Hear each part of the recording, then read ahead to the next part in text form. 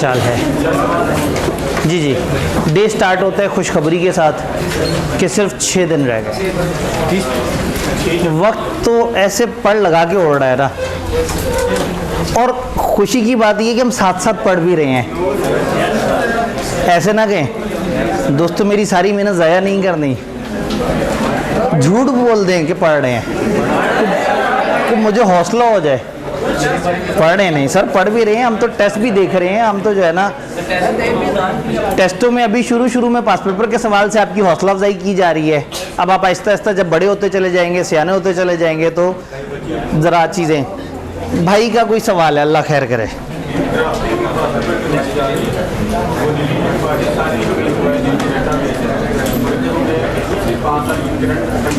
ठीक है हैं, इन्होंने कहा जी हमने जब देखा रिलेटेड पार्टी तो हमें ये बताया गया कि तो नॉलेज बेस है, रट्टे वाला है। और फिर जब हमने सवाल देखे तो सवाल में हमें सिचुएशंस भी नज़र आई। सिचुएशन ज़रूर नज़र आती हैं। आप एक कंपनी के पास गए, आपने उनसे इंफॉर्मेशन ली रिलेटेड पार्टी की। आप जब रिलेटेड पार्टीज़ को चेक कर रहे थे तो उस वक्त आपको पता लगा कि एक कंपनी के साथ इनकी ट्रांजैक्शन हुई है, बड़ी एबनॉर्मल सी। जब आपने उसे गौर से देखा तो वो एक रिलेटेड पार्टी ट्रांजैक्शन निकली। जब आप मैनेजमेंट के पास गए तो मैनेजमेंट ने आपसे कहा कि भाई वो ये वाली इनएडवर्टेंटली मिस हो गई है हमसे। लफ्ज़ तक कॉपी पेस्ट किया हुआ इतनी दफ़ा, इनएडवर्टेंटली हमसे मिस हो गई है। आप बड़े उदास हुए, अब बताओ आप क्या करेंगे। ये सब माहौल बनाया है। अल्टीमेटली वो आपसे पूछ रहे हैं प्रीवियसली अनआइडेंटिफाइड पार्टी अगर सामने आएगी तो हम क्या करेंगे। कंप्लीट रिलेटेड पार्टी के सवालों में एक दफ़ा सिर्फ उन्होंने आपको लिंक बताया कंपनी का, आपके साथ ये नहीं कहा कि वो रिलेटेड पार्टी है, और फिर ये अंदाज़ा लगाने की कोशिश की कि क्या आप समझ पाते हैं या नहीं। तो ऐसे में अगर इस तरह के सवाल को आप सिनेरियो बेस कहेंगे तो सिनेरियो बेस की तौहीन हो जाएगी। सिनेरियो बेस डिफरेंट चीज़ होती है। सिनेरियो बेस है जैसे अभी 705-6 के सवाल होंगे कि आप एक सिचुएशन में जाके फंस गए हैं और उसमें स्टैंडर्ड में सीधा सीधा उसका सलूशन नहीं है। आपने अपने दिमाग को यूज़ करके कहीं ना कहीं उसके ऊपर बताना है कि आपने क्या प्रोसीजर लगाने हैं या किस तरह से। तो शायद आप सिचुएशन को वहाँ देख के या सवालों की जो डेप्थ है या जो लिखाई है उसको देख के थोड़े से परेशान हो गए। अदरवाइज़ इस तरह से नहीं है। आप एक काम करें, आप गिनना शुरू करें रिवर्स से एक एक करके, कहाँ 1 लग रहा है, कहाँ 2 प्रोसीजर लग रहे हैं, कहाँ 3 प्रोसीजर लग रहे हैं। अब अगर 13 सवाल आप गिने और उनमें से एक सवाल पे आप कहें कि सर इसको समझने में दिक्कत हुई, तो मैं इस चैप्टर को क्या लेबल दूँ। अगर 13 में से 12 बिल्कुल स्ट्रेट फॉरवर्ड है और 13वें की लिखाई से थोड़ी सी परेशानी है, लेकिन जब परेशानी सेटल हो जाती है तो उसका जवाब भी सीधा सीधा सा है। तो बड़ा ख़तरनाक बात हो जाएगी कि मैं कहूँ कि ये प्योर लॉजिकल यहाँ से आ रहा है। तो इसलिए जब हम बात करते हैं ना, जैसे चैप्टर 5 है, हम कहते हैं नॉलेज बेस है, उसका ये मतलब है कि वो 90% से ज़्यादा नॉलेज बेस है। अब उसमें एक छोटी सी लॉजिक का छोटा मोटा 5-6 नंबर का सवाल उसने पूछ लिया तो उसकी वजह से उसकी कैटेगरी चेंज तो नहीं हो जाएगी। हम लॉजिकल उनको कहते हैं जिनको करने का एक पैटर्न चाहिए आपको, कि इसके 3 स्टेप बनेंगे, 4 स्टेप बनेंगे, पहले स्टेप में यूँ करेंगे, जिसके लिए हमें कोई ख़ास साइंस चाहिए ड्राफ्टिंग के लिए। और मैं नॉलेज बेस उसे कह रहा हूँ जिसमें ड्राफ्टिंग की साइंस नहीं चाहिए, आप अपनी नॉलेज अपनी याददाश्त की बेस पे आंसर कर सकते हैं। डन जी, नहीं डन। क्वेश्चन नंबर 15 और 16 उन्होंने कहा देख लें कि ये बहुत ज़्यादा परेशान कर रहे हैं। ऑल्दो ये रेलेवेंट क्लास नहीं है लेकिन फिर भी देख लेते हैं। दिखाएं ज़रा किताब। थोड़ा सा ही टाइम है हमारे पास, बहुत ज़्यादा टाइम नहीं है, लेकिन हम किसी को उदास नहीं छोड़ सकते।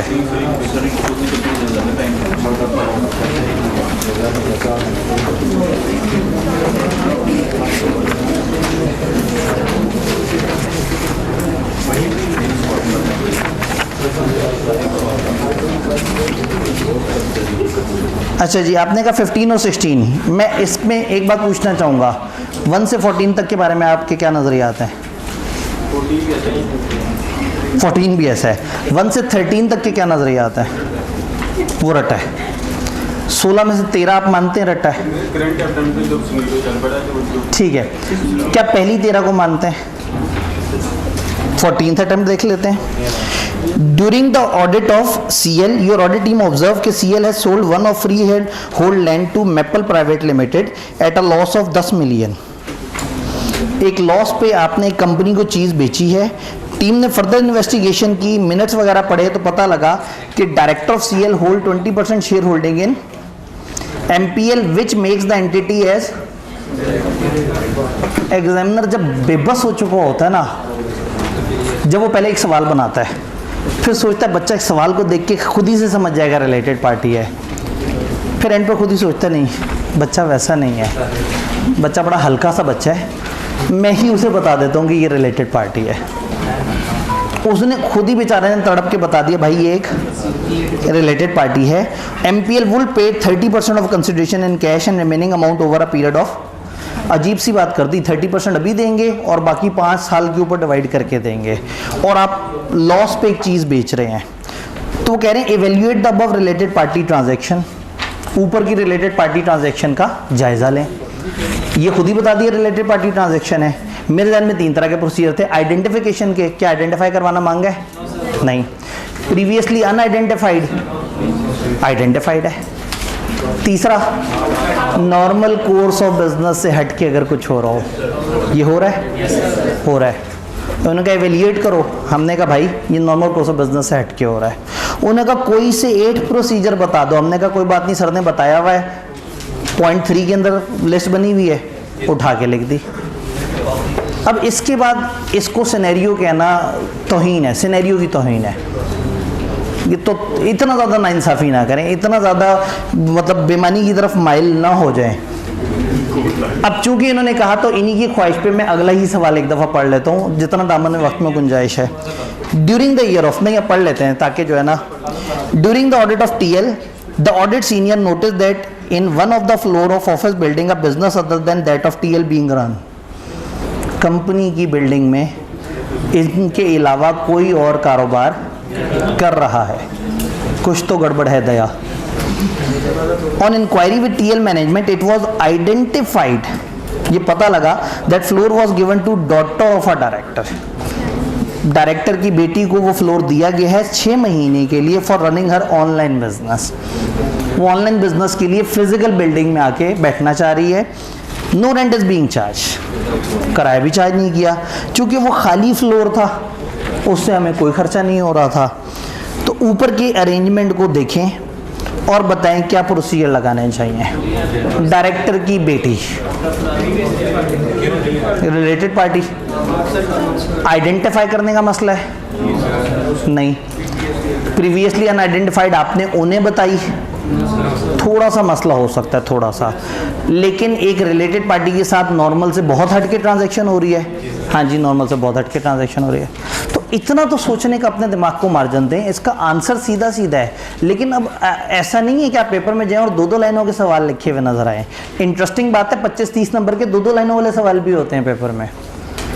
फिर कुछ दरमियाने सवाल होते हैं और कुछ प्योर लॉजिकल सवाल होते हैं. तो ये मैं इसको रट्टे वाला ही सवाल कहूँगा. इतनी समझ हमें ज़रूर होनी चाहिए कि हम उस सवाल को समझ सकें. और ये ड्राफ्टिंग की प्रैक्टिस किस लिए कर रहे हैं? इसीलिए तो कर रहे हैं कि एक चैप्टर खत्म हुआ, अब चैप्टर मैंने आपको समझा दिया, आपको चैप्टर की गेम समझ आ गई. अब देखना है कि इस चैप्टर में आई के किन किन अल्फाज से किस किस तरीके से पूछ रहा है. लेकिन इससे ज़्यादा हम आगे नहीं जा सकते, इससे ज़्यादा आपको एक कदम आगे आना है. आप समझ रहे हैं? तो कम से कम एक दफ़ा पास पेपर्स करने से एक सेंस ज़रूर डेवलप हो जाती है कि हाँ भाई इस तरह का सवाल इस तरह के मिजाज के साथ आता है. ये जो 15 सवाल हैं, ये 15-16 जो सवाल हैं, इसमें कम से कम 6 ऐसे सवाल हैं जो 100% रेपिटेटिव सवाल हैं पीछे वाले सवालों से. कम से कम 6, ये मैं कम से कम कह रहा हूँ बहुत एहतियात से.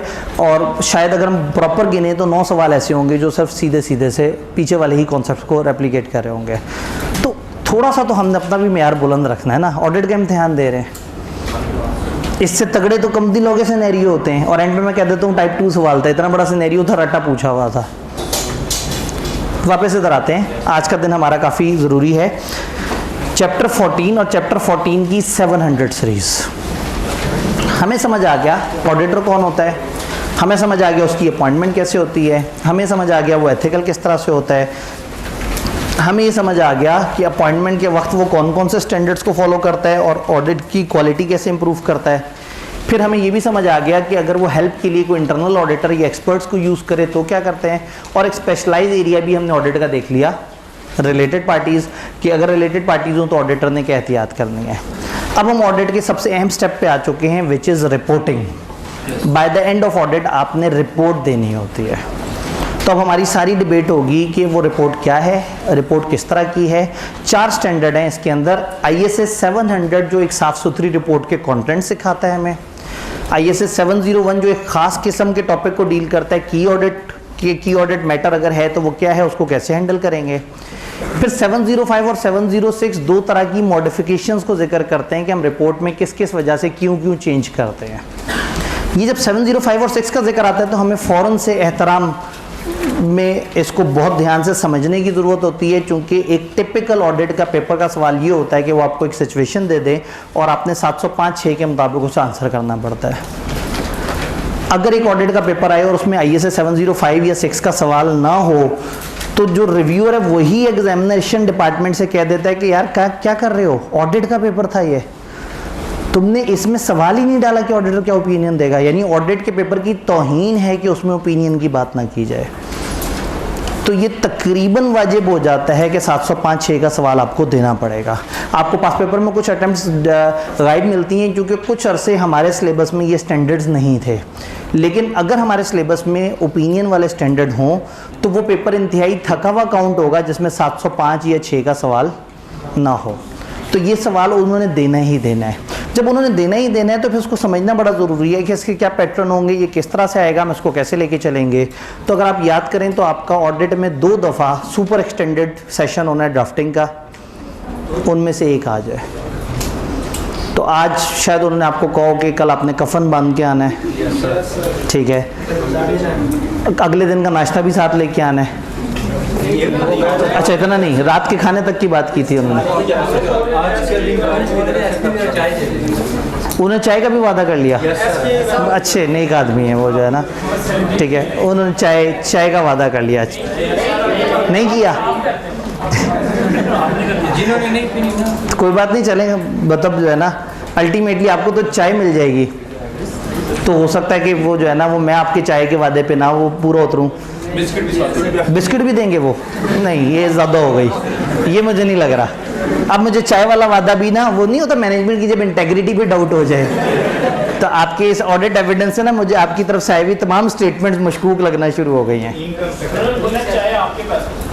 अच्छा, उन्होंने, अच्छा, आपके पैसों से आप खुद चाय पियेंगे? आपके पैसों से? Greatest of all the time sir आपके भाईजान, चाहे असल में ना कुछ चीज़ें जो आपको नज़र आती हैं जब हम एक दिन का ऑडिट का क्रैश कोर्स करते हैं ना, तो जितने बच्चे सारे हैं वो सारे 70 रुपए की भी चाय पिए ना, तो उससे ज़्यादा तो सिर्फ एसीओं का खर्चा लग जाता है। ये आप लोगों ने कभी हिसाब किताब आप नहीं लगाते होते, बस आपको सामने की टेंजिबल चीज़ें नज़र आ रही होती हैं। तो इदारा हमेशा आपसे बड़ी मोहब्बत करता है। और इस वक्त इस क्लास में डायलॉग मारने का फ़ायदा ही कोई नहीं है। आप लोगों ने कौन से प्री एनरोलमेंट में अगले वाले पेपर एनरोल करा लेने, आप तो एंड ऑफ ऑडिट में पहुंचे हुए हैं। अब जब ऑडिट आपने उठा लिया तो फिर पीछे बचा कुछ नहीं। तो आप लोगों पे ना मेहनत नहीं होनी चाहिए, मेहनत होनी चाहिए बिगिनर्स पे। अच्छा, जिस कंपनी लॉ के बच्चों पे मेहनत होनी चाहिए वो बेचारों को मिल रहा है 1.25 घंटे का सेशन डेली, और अक्सर कोसी भी नहीं मिलती उन्हें। और जिन्होंने जाना है 2 घंटे का मेरा सेशन, कम से कम 1.5 घंटे का सरोसामा का सेशन, और आज तो शायद 2.5-3-4 घंटे स्पेशल सेशन है ना। आपने नोट किया होगा ओरिएंटेशन में ना, मैंने इस वाले दिन के आगे लिखा था एक्सटेंडेड सेशन, नहीं एक्सटेंडेड भी नहीं, स्पेशल सेशन लिखा हुआ था। स्पेशल मतलब बिरयानी वगैरह? तो स्पेशल का मतलब है कि कुछ स्पेशल है। चलें वापस आते हैं। तो ये बड़ी इंपॉर्टेंट बात है 705-6 वाली। तो ऐसे में आपको बड़े अच्छे तरीके से तैयार करना होगा। जी मैं सवाल की तरफ आता हूँ। इसमें 700 और 701 नॉलेज बेस्ड है। हो सकता है आप में से अचानक से एक बंदा उठ के कहे कि जी वो 701 में वो एक दफ़ा वो वाले सवाल का वो वाला पोर्शन था वो थोड़ा सा लॉजिकल आ गया था। तो मैं कहूँगा भाई मटेरियलिटी भी कोई चीज़ है। मैं जो बात कर रहा हूँ वो मटेरियलिटी के दायरे में रह के कर रहा हूँ कि 700 701 नॉलेज बेस्ड सवाल, 705, 706 लॉजिकल सवाल हो सकता है। अभी मुझे 706 का आप एक रट्टे वाला सवाल दिखा दें, लेकिन चूंकि रट्टे वाला सवाल बहुत कम होगा और लॉजिकल सवाल बहुत ज़्यादा होंगे, तो मैं उसको कैटेगराइज करूंगा लॉजिकल साइड पे। 700 को शुरू करते हैं, लेकिन उससे पहले एक दो जनरल सवाल हैं जी। क्या सवाल है जी? अच्छा, फैन ऑन करवाना दो।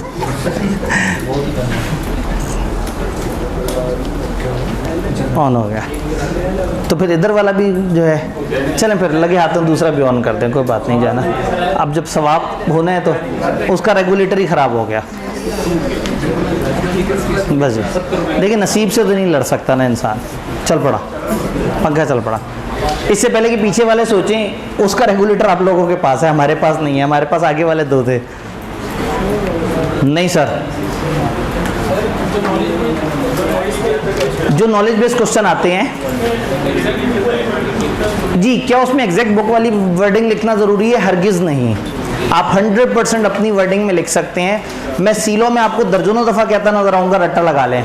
मैं ऑडिट में रट्टा लगाने का आपको नहीं कहूँगा। ज़्यादा से ज़्यादा अगर मैं रट्टा लगाने का कहूँगा तो सिर्फ एक एश्योरेंस की डेफिनेशन और रिपोर्ट के कंटेंट्स, उसके अलावा किसी जगह आई बिलीव कि रट्टा लगाने की ज़रूरत नहीं है।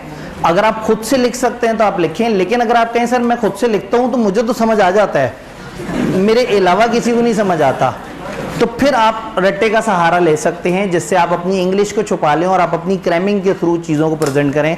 अदरवाइज ऑडिट में यू आर वेरी इजी, आप 100% अपने अल्फाज में लिख सकते हैं। ये लॉ नहीं है, इधर वो अल्फाज फॉलो करना या वो डेफिनेशंस फॉलो करना बहुत ज़्यादा ज़रूरी नहीं है, और डेफिनेशंस भी ना होने के बराबर है पूरी किताब में जी। जी भाई ने एक मासूम सा सवाल पूछा, उन्होंने कहा जो आप रिपोर्ट के कंटेंट्स की बात कर रहे हैं, क्या कंटेंट में जो एक्सप्लेनेशन राइट पे दी हुई है वो भी याद करना है, या जो लेफ्ट पे सिर्फ हेडिंग्स दी हुई हैं? तो मासूमियत का अवार्ड जो है भाईजान, अगर इतना सा याद करना हो तो मैं इतना कंटेंट भी याद करना ना। हेडिंग्स तो बहुत बच्चों वाली बात है ना, यानी इतनी सी बात पे मैं इतनी क्यों तमीज़ बांधूंगा। चलें चलें, मैं भाई के लिए एक सहूलत निकालने लगा हूँ। आपने सिर्फ सीरियल नंबर 9 याद करना बस। मैंने 14 में से सिर्फ एक कंटेंट याद करने का कह दिया। किसी कंटेंट को मत याद करें। सीरियल नंबर 9 और सीरियल नंबर अगर फिर भी दिल कर रहा है तो 3।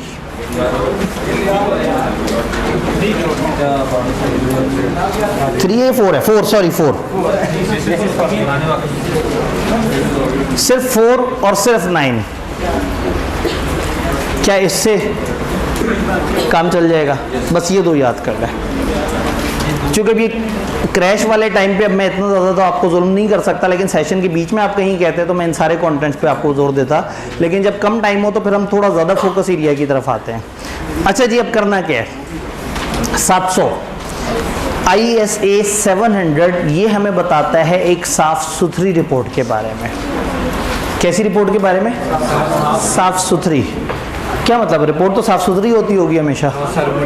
नहीं, रिपोर्ट ख़राब भी होती है। अब ये साफ़ सुथरी का मतलब है कि आपको कोई एतराज़ नहीं है, आप जिसके बारे में ओपिनियन दे रहे हैं, आप नीट एंड क्लीन ओपिनियन दे रहे हैं, आपको किसी किस्म का कोई एतराज़ नहीं है, और आप कह रहे हैं कि भाई आप लोग बहुत अच्छे नेक लोग हो, आपके फाइनेंशियल्स तो कमाल थे।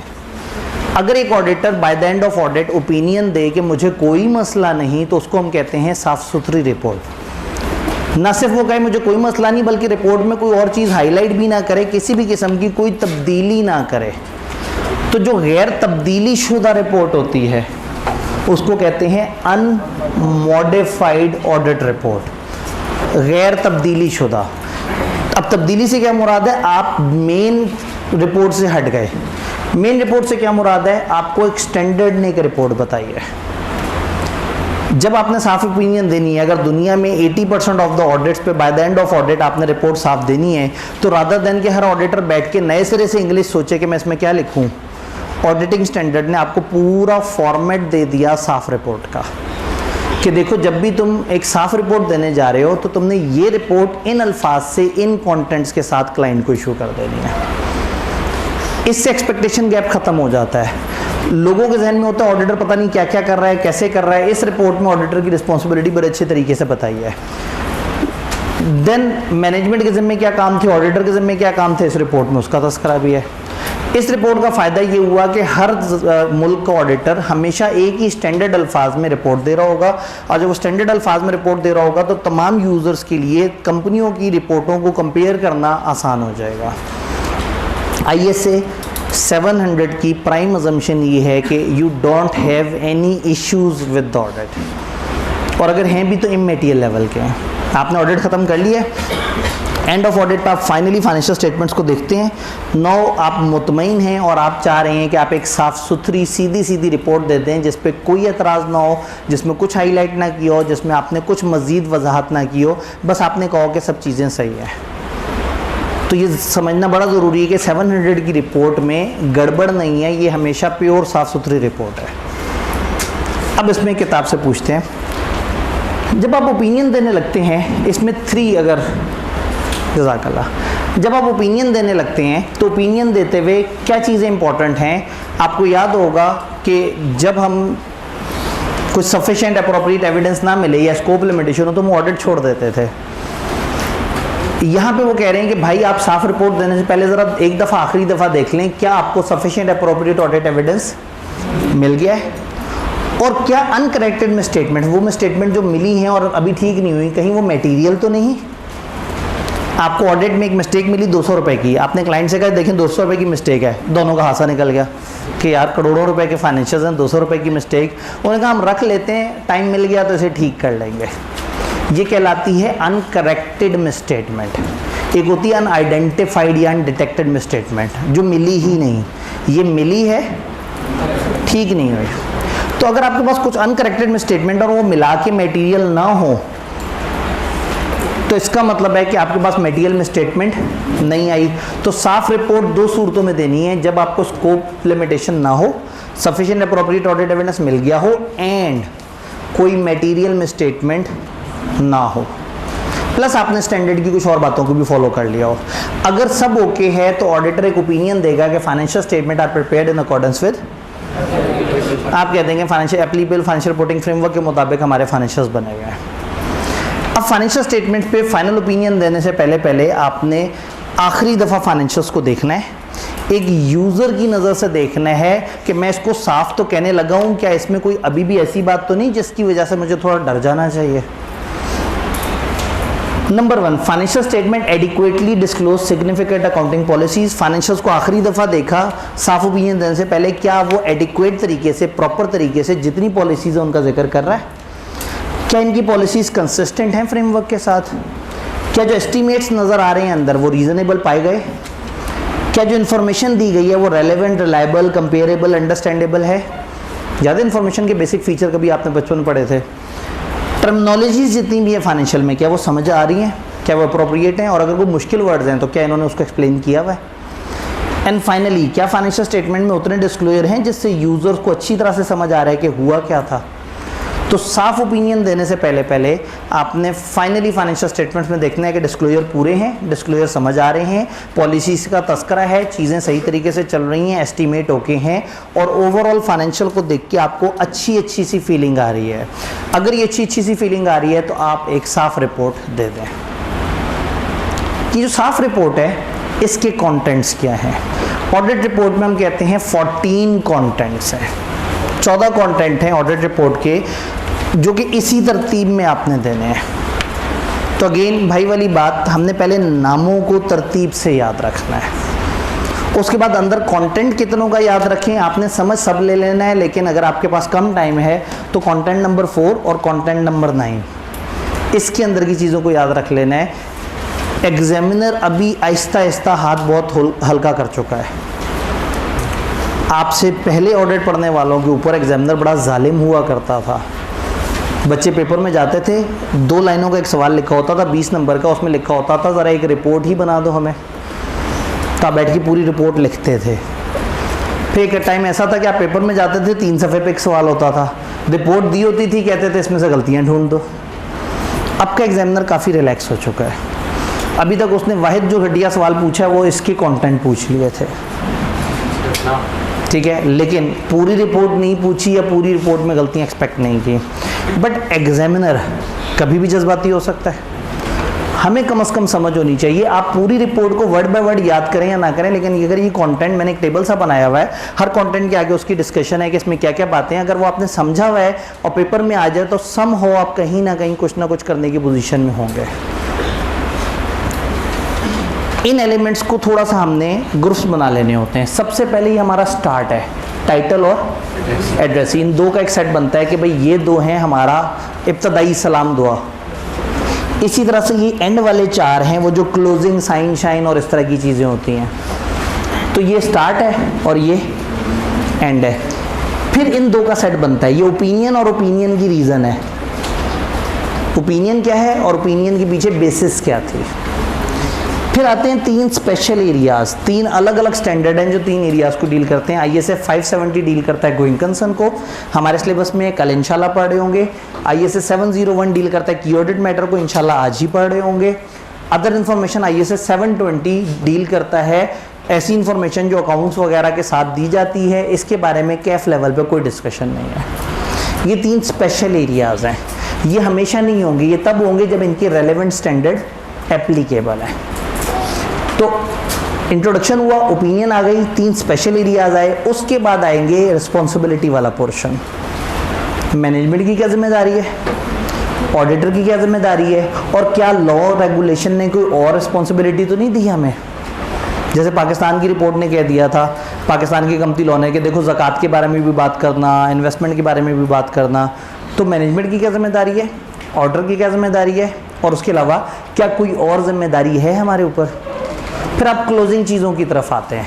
अच्छा, जो ओपनिंग चीज़ें वो क्या है, टाइटल यानी कि हेडिंग होनी चाहिए, एड्रेसी कोई मुखातिब हो कि किसी को आपने एड्रेस किया है। इधर हम बात करें तो एंगेजमेंट पार्टनर का नाम आ गया, फर्म के साइन आ गए, एड्रेस आ गया और तारीख आ गई। तो ये 14 कंटेंट है, इनमें से एक एक करके हम कंटेंट को एक्सप्लेन करेंगे। ये इसी तरतीब में हमने याद रखने हैं। एक साफ़ सुथरी रिपोर्ट में चीज़ें इसी तरतीब में इसी तरह से आ रही होती हैं। तो हो जाए खतरों से टक्कर। सबसे पहले टाइटल, मेरे ख्याल में एक लाइट और बंद कर दें, 1। सबसे पहले title independent auditor report. Standard कहता है कि आप इसको ऑडिटर रिपोर्ट भी बोल सकते हैं और इंडिपेंडेंट ऑडिटर रिपोर्ट कहते हैं, तो क्या ही ख़ास बात है। हमारी किताब में पूरे स्टैंडर्ड के अल्फाज नहीं है। स्टैंडर्ड कहते हैं कि आपकी रिपोर्ट पे एक ऐसी हेडिंग होनी चाहिए कि बहुत सारे डॉक्यूमेंट्स के बीच में पड़ी हुई हो तो आप उसको पकड़ लें कि अरे ये ऑडिट रिपोर्ट पड़ी हुई है। यानी हेडिंग में बड़ा वाज़े तरीके से महसूस हो कि ये एक प्रॉपर ऑडिटर रिपोर्ट, और अगर आप इंडिपेंडेंट लिख दें तो बहुत ही अच्छी बात है। तो टाइटल होना चाहिए इंडिपेंडेंट ऑडिटर रिपोर्ट। फिर बनाम किसके, टू हुम, जो सिचुएशन होगी उसके मुताबिक। आपसे SCCP ऑडिट करवा रहे हैं आप उसके नाम पे लिख दें, आपसे मेंबर्स ऑडिट करवा रहे हैं उनके नाम पे लिख दें, आपको किसी और ने कहा है कि भाई मेरे नाम पे होनी चाहिए आप उसके नाम पे कर दें। तो एड्रेसी सिचुएशन के हिसाब से होगा। समटाइम लॉ या रेगुलेशन बता देते हैं कि कौन एड्रेसी होगा। नॉर्मली ये शेयर होल्डर्स होते हैं या दोस्तावेज गवर्नेंस होते हैं। पाकिस्तान के कंपनी लॉ में हम मेंबर्स के नाम पे रिपोर्ट बनाते हैं। तो एड्रेसी सिचुएशन के हिसाब से चेंज होगा। बता दिया जाए तो वो होगा, नहीं बता दिया जाए तो आपने at the time of appointment तय किया होगा कि कौन होगा एड्रेसी। डन जी। दोस्त चार्ज विद गवर्नेंस कौन लोग हैं, वो जिनको इख्तियार दिया गया, बिल्कुल डे 1 पे हमने इनकी बात की थी जी। ऑडिट इनको रिपोर्ट दे रहे हैं। फॉर एग्जांपल मैं एक लिस्टेड कंपनी में आया और लिस्टेड कंपनी में मुझे पता लगा कि यहाँ पे 17 डायरेक्टर्स हैं। अब 17 के 17 डायरेक्टर से तो नहीं मैं मुलाकात कर रहा हूँ हर वक्त, तो वो लोग भी बड़े सियाने हैं, वो आपस में से ना एक ऑडिट कमेटी बना देंगे 3-4 डायरेक्टर्स की, और वो ऑडिट कमेटी मेरे से डील किया करेगी। अब वो जहाँ लिखा होगा ना दोस्त चार्ज विद गवर्नेंस को शिकायत लगाओ, तो मैं 17 लोगों की शिकायत नहीं लगाऊंगा। मैं किनके पास जाऊँगा, उन 3-4 बंदों की ऑडिट कमेटी के पास। तो हो सकता है उस ऑडिट के एंड पे मैं जो रिपोर्ट बनाऊं मैं कहूं audit report for audit committee. तो ये शेयर होल्डर्स भी हो सकते हैं, और सम टाइम अगर उन्होंने किसी को एम्पावर किया हुआ है कि भाई इसको रिपोर्ट दे देना इसके नाम पे, समझो इसको दिया हमें दिया बराबर हो गया, तो ऐसी सिचुएशन में आप दोस्त चार्ज विद गवर्नेंस, वो जिनको इख्तियार दिया गया है उनके नाम पे भी रिपोर्ट बना सकते हैं। तो एड्रेसी में सिचुएशन के मुताबिक हम फिट करेंगे कि किसके नाम पे हमें ऐसा बनाना है। फिर हम देंगे ओपिनियन। ओपिनियन के अल्फाज की तरफ थोड़ा सा आगे चल के आते हैं, पहले आगे चलते हैं फिर एंड पे ओपिनियन के अल्फाज पे, ताकि हम कंटेंट्स को तेज़ी से कवर कर लें। 2 कंटेंट्स को स्किप करेंगे, ओपिनियन और रिस्पॉन्सिबिलिटी, और फिर एक एक करके दोनों पे डिस्कशन होगी। टाइटल समझ आ गया, एड्रेस ही समझ आ गया। फिर ओपिनियन में आप अपना ओपिनियन देंगे, कैसे देंगे वो एक अलग बहस है। फिर आप देंगे बेसिस फॉर ओपिनियन, मैं ओपिनियन तक पहुंचा कैसे, इसमें करनी होती हैं किताबी बातें, बस फॉर्मेलिटी वाली बातें कि भाईजान वो मैंने स्टैंडर्ड्स को फॉलो किया था, मैंने वो रिस्पॉन्सिबिलिटी जो रिपोर्ट में दी हुई है मैंने उसको फॉलो किया है, मैं इंडिपेंडेंट था और मैंने एथिकल रिक्वायरमेंट्स को फॉलो किया था, मैंने IESBA का कोड फॉलो किया है। ये मशहूर कोड है IESBA का।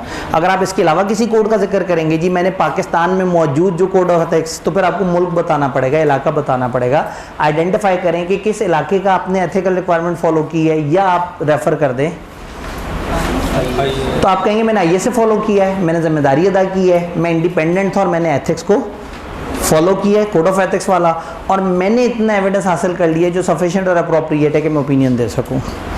तो 4 बातें हैं इसके अंदर, IS से मेरी जिम्मेदारी, एथिक्स को फॉलो करना, सफिशिएंट अप्रोप्रिएट ऑडिट एविडेंस हासिल करना। तो ये 4 बातें आप बता देंगे कि चूंकि ये 4 काम मैं कर गया था इसीलिए मैं ओपिनियन दे सका, वरना मैं ना दे पाता। उसके बाद आएंगे स्पेशल एरियाज। गोइंग कंसर्न हम तब करेंगे जब ISA 570 हमें कहेगा एक ख़ास केस में वहाँ एक मटेरियल अनसर्टेनिटी होती है ख़ास किस्म की, तो जब हम 570 में वो ख़ास जगह देखेंगे तो वहाँ हम देखेंगे कि ये कब आता है, ये वहाँ देखेंगे, आज हम इस पर परेशान नहीं हो रहे। की ऑडिट मैटर, ये अभी हम थोड़ी देर में जो स्टैंडर्ड 701 स्टार्ट करने लगे हैं वो बताएगा। लिस्टेड या चंद स्पेसिफिक एंटिटीज़ में आपने ख़ास किस्म का पैराग्राफ डालना होता है जो इस स्टैंडर्ड के मुताबिक है। ये स्टैंडर्ड में हम थोड़ी देर में इंशाल्लाह पढ़ रहे होंगे। अदर इन्फॉर्मेशन जहाँ एप्लीकेबल हो आपने ISA 720 के मुताबिक जवाब देना है, आउट ऑफ सिलेबस। ज़िंदगी आसान हो जाती है, कंटेंट जल्दी जल्दी ख़त्म होना शुरू हो जाते हैं। मैनेजमेंट रिस्पॉन्सिबिलिटी, अब आप बताएंगे मैनेजमेंट की जिम्मेदारियों के बारे में। मैनेजमेंट की 3 जिम्मेदारियां बचपन से आपको पता है, प्री कंडीशन वाले टाइम से ही। अकाउंट्स बनाना मैनेजमेंट के ज़िम्मे, इंटरनल कंट्रोल्स मैनेजमेंट के ज़िम्मे, और हर इंफॉर्मेशन एक्सप्लेनेशन ऑडिटर को प्रोवाइड करना किसके ज़िम्मे। अब बड़ा चालाक है, ऑडिट तो एंड हो गया तो उसने सोचा तीसरा वाला पॉइंट तो उन्होंने मेरा पूरा कर दिया, मुझे इन्फॉर्मेशन एक्सप्लेनेशन दे दी, तो मैं ये तीसरा वाला पॉइंट लिख के ज़ाया ना करूँ। तो भाई साहब ने यहाँ तीसरे को बदल दिया और अल्फाज चेंज करके कह दिया कि मैनेजमेंट के ज़िम्मे है अकाउंट्स, मैनेजमेंट के ज़िम्मे है इंटरनल कंट्रोल्स, और मैनेजमेंट के ज़िम्मे है कि वो चेक करे कि वो गोइंग कंसर्न है या नहीं। तो याद रखना है, आपने प्री कंडीशन याद की हुई होंगी, तो इधर की रिस्पॉन्सिबिलिटीज आसान है। अकाउंट्स वाली जिम्मेदारी जो पीछे आपने पढ़ी थी, इंटरनल कंट्रोल्स की जिम्मेदारी वो भी हमने पीछे पढ़ी थी, तीसरी वो जो इंफॉर्मेशन एक्सप्लेनेशन प्रोवाइड करने वाली है उसे साइड पे कर दें, उसकी जगह आ जाएगी assessing entity's ability to continue as going concern, और डिसाइड करना कि क्या accounts going concern basis of accounting पे बने हैं या नहीं बने। तो ये है मैनेजमेंट की 3 जिम्मेदारियाँ। क्लियर हो गया? फिर आएगी ऑडिटर की रिस्पॉन्सिबिलिटी, छोटा सा पोर्शन है, थोड़ा सा जिक्र होगा, फिर थोड़ा सा और जिक्र होगा, फिर थोड़ा सा और जिक्र होगा, फिर हम पहुंच जाएंगे थोड़े से और जिक्र के बाद 10वें एरिया में, अदर रिपोर्टिंग रिस्पॉन्सिबिलिटीज। एक जिम्मेदारी मैनेजमेंट की और एक ऑडिटर की है। ऑडिटर की वो जिम्मेदारी हैं जो ISS ने उसे बताया है। अब हो सकता है किसी मुल्क के लॉ ने, रेगुलेशन ने, या वहाँ की किसी अथॉरिटी ने वहाँ के ऑडिटर को कुछ और जिम्मेदारियाँ भी दी हों, जिसकी बेस्ट एग्जांपल है हमारा पाकिस्तान का कंपनीज़ एक्ट। कंपनीज़ एक्ट में हमने ऑडिटर की ड्यूटीज़ में पढ़ा था कि ऑडिटर सिर्फ ट्रू एंड फेयर की बात नहीं करता, कंपनी लॉ के मुताबिक अकाउंट्स बने हुए थे या नहीं उसकी बात करता है, इन्वेस्टमेंट ठीक थी या नहीं थी, एक्सपेंसेस कंपनी के लिए थे या नहीं थे, ज़कात कट के ज़कात अनुशर ऑर्डिनेंस के मुताबिक जमा हुई थी या नहीं हुई थी। अब ये सारी चीज़ें हम रिपोर्ट में कहाँ डालें, रिपोर्ट तो ख़राब हो जाएगी। अनमोडिफाइड रिपोर्ट तो वो है ना जो स्टैंडर्ड ने क्या वो लिख दो, तो स्टैंडर्ड ने आपको कचरा मिटाने के लिए एक जगह दे दी अदर रिपोर्ट में। उन्होंने कहा जो तुम्हारे मुल्क में जहाँ तुम ऑडिट करने जाओ वो तुम्हें जो एक्स्ट्रा कहें वो यहाँ डाल दिया करना। एक ज़माने में पंजाब गवर्नमेंट में रूल होता था कि आपने गवर्नमेंट सेक्टर का ऑडिट करते हुए एक ओपिनियन देनी है कि क्या ये इदारा डेंगी कंप्लाइड है या नहीं। तो ऑडिटर की एक्स्ट्रा जिम्मेदारी ये भी होती थी कि जो डेंगी के SOP हैं कि पानी कहीं खड़ा हुआ ना हो, ऐसा ना हो, वैसा ना हो, कोई 5-6 चीज़ें होती थी, वो उनको देख के ये भी ओपिनियन देता था कि क्या इस इदारे में इन्होंने डेंगी के रूल्स फॉलो किए या नहीं किए। फिर जब कोविड आया और कोविड के बाद जो अगला 1 साल था उसमें बहुत सारी जगह पे गवर्नमेंट इदारों में ऑडिटर के ऊपर एक्स्ट्रा जिम्मेदारी होती थी कि वो ऑडिट रिपोर्ट के साथ साथ ये भी बताए कि ये लोग कोविड के SOPs फॉलो कर रहे हैं या नहीं कर रहे हैं। तो दिस कैन हैपन, ये हमारे कंट्रोल में नहीं है। हमें किसी भी इदारे में कोई भी लॉ हमें ये एक्स्ट्रा जिम्मेदारी कह सकता है। अगर वो कह दें तो आपने हेडिंग डालनी है अदर रिपोर्टिंग रिस्पॉन्सिबिलिटी, उसके अंदर लिख देना है, ज़्यादा से ज़्यादा 1 पैराग्राफ होगा। लेकिन फ़र्ज़ करें इसके अपने अंदर एक पूरी रिपोर्ट हो, हमें बुलाया गया, हमने रूल्स देखे, उन रूल्स के मुताबिक हमने काम किया, फिर उसमें हमें ये तहकीक हुई, फिर ऐसा हुआ, फिर ऐसा हुआ। अगर मूड है पूरी रिपोर्ट लिखने का तो स्टैंडर्ड ने कहा ठीक है, फिर एक काम करना पड़ेगा,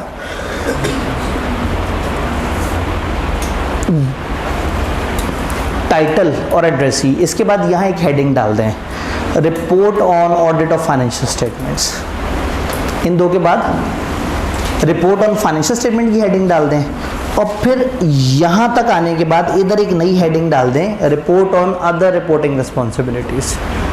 उस हेडिंग के अंदर एक नई रिपोर्ट डाल दें, कोई मसला नहीं, पूरी सारी बातें कर दें ताकि डिफरेंशिएट हो जाए कि ऊपर ऑडिट की रिपोर्ट है और नीचे अदर है। और अगर तो सिर्फ 1 पैराग्राफ है तो बस वो फिर चल जाएगा। अदरवाइज स्टैंडर्ड ने अलाउ किया कि इसके अंदर फर्दर सब हेडिंग्स भी हो सकती हैं और इसमें आप चीज़ें ऐड कर सकते हैं। तो वापस पीछे चलते हैं।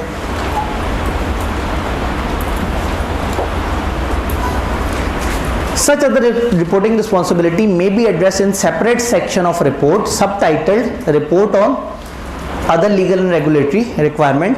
अगर आप एक सेपरेट रिपोर्ट ही बना रहे हैं तो इस केस में रिपोर्ट में 2 सेपरेट सेक्शन होंगे। कंटेंट 3 से लेके 9 तक shall be under subtitle report on the financial statement, और उसके बाद report on other legal and regulatory requirement उसके बाद आएगा, और उसके अपने अंदर फर्दर हेडिंग्स और फर्दर चीज़ें हो सकती हैं। क्लियर हो गया? तो अदर रिपोर्टिंग रिस्पॉन्सिबिलिटी हमेशा नहीं होगा, वहाँ होगा जहाँ आपके मुल्क का लॉ, रेगुलेशन या कोई और आपको कहता है कि इस ऑडिट रिपोर्ट में ये चीज़ भी बताओ, तो वहाँ पे आप उस चीज़ का जिक्र कर देंगे, इस सेपरेट एरिया में कर देंगे। फिर अब क्लोजिंग बातों की तरफ आते हैं। नेम ऑफ एंगेजमेंट पार्टनर, ये ऑप्शनल एरिया है, ये सिर्फ लिस्टेड में होता है, बाकी जगह नहीं होता। तो लिस्टेड कंपनी में उन्होंने कहा है कि आपने रिपोर्ट के एंड पे एंगेजमेंट पार्टनर का नाम लिख देना है। ये कहने के बाद खुद भी घबरा गए, क्योंकि कल को ऐसा ना हो कि हम कहते हैं ना जी KPMG ने ऑडिट किया, आप KPMG में तो 22 पार्टनर्स हैं, अगर ऑडिट रिपोर्ट ख़राब हुई तो ढूंढना पड़ेगा कि कौन था KPMG में जिसने जान के ये ऑडिट रिपोर्ट ख़राब की, या जिसको हम जाके पकड़ें और हम कहें कि यार ये गलत बंदा था, इसने हमें बदनाम किया। तो फर्म वाले बच जाते हैं क्योंकि वहाँ फर्म का नाम लिखा होता है, इंसान का नाम नहीं लिखा होता। और इन्होंने क्या कहा, लिस्टेड में क्या करो, एंगेजमेंट पार्टनर का नाम लिख दो।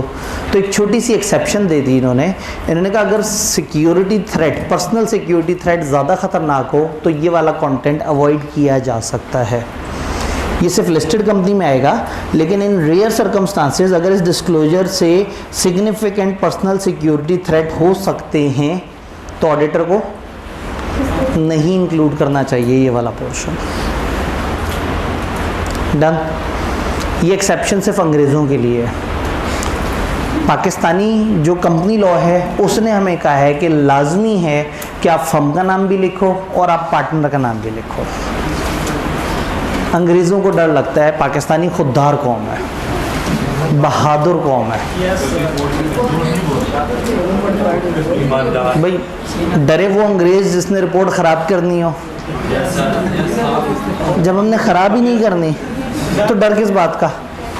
हम तो अच्छे लोग हैं, जब मसला आता है हम बैठ के सेटल कर लेते हैं, और जब मसला सेटल हो जाता है रिपोर्ट साफ़ हो जाती है, तो हमें मसला ही नहीं है। ये मसला है अंग्रेज़ों को कि वो खामखा डरते फिर रहे होते हैं, रिपोर्ट दे के फिर भाग जाते हैं दूसरे मुल्क, खुफिया हो जाते हैं, गायब हो जाते हैं। हमारे तो रिपोर्ट दे के ऐसे धड़ा से फिर रहे होते हैं, हाँ रिपोर्ट दी है, साफ़ रिपोर्ट दी है, बेहतरीन रिपोर्ट है, ठीक है। तो पाकिस्तानी बड़ी अच्छी कौम है। बाहर के लोग ना अच्छे ऑडिटर नहीं हैं, उनको एक मसला नज़र आता है, उस मसले को रिपोर्ट करके बदनाम कर देते हैं इदारे को। हम उस इदारे को सुधरने का मौका देते हैं, इदारे के साथ बैठते हैं, थोड़ा सा उसको मनवाते हैं, थोड़ा सा हम लचक दिखाते हैं, तो अफ़ाम व तफ़हीम के साथ जो है मामला थोड़ा सा आगे बढ़ जाता है। बहरहाल ये लिस्टेड कंपनी में मैंडेटरी है स्टैंडर्ड के मुताबिक, बट पाकिस्तान के कंपनी लॉ में ये हमेशा मैंडेटरी है। फिर क्लोजिंग बातें, सिग्नेचर, यहाँ साइन फर्म के नाम के भी कर सकते हैं, इंसान के नाम के भी कर सकते हैं, दोनों नाम से भी कर सकते हैं, ये आपकी चॉइस है। फिर एड्रेस, एड्रेस का मतलब आप अपनी लोकेशन बताते हैं। बाहर के मुल्कों में आप अपनी स्टेट बताते हैं, जुरिसडिक्शन बताते हैं, पाकिस्तान में आप अपना शहर बताते हैं। एड्रेस का मतलब ये नहीं कि आप कहें स्ट्रीट नंबर फलाना, हाउस नंबर फलाना, बिल्डिंग नंबर फलाना, ऐसा नहीं है। आप सिर्फ पाकिस्तान में यहाँ शहर लिख देते हैं, दुनिया में यहाँ आप अपना एरिया मेंशन कर देते हैं ताकि डिफ्रेंशिएट हो जाए। पाकिस्तान में KPMG लाहौर में भी है, इस्लामाबाद में भी है, कराची में भी है, मुख्तलिफ और जगह पर भी है। तो यहाँ हम फिर KPMG लाहौर लिख देंगे ताकि सेग्रीगेट कर सकें कि ये इधर वाली फर्म ने ये वाला काम किया है। और डाल दें डेट।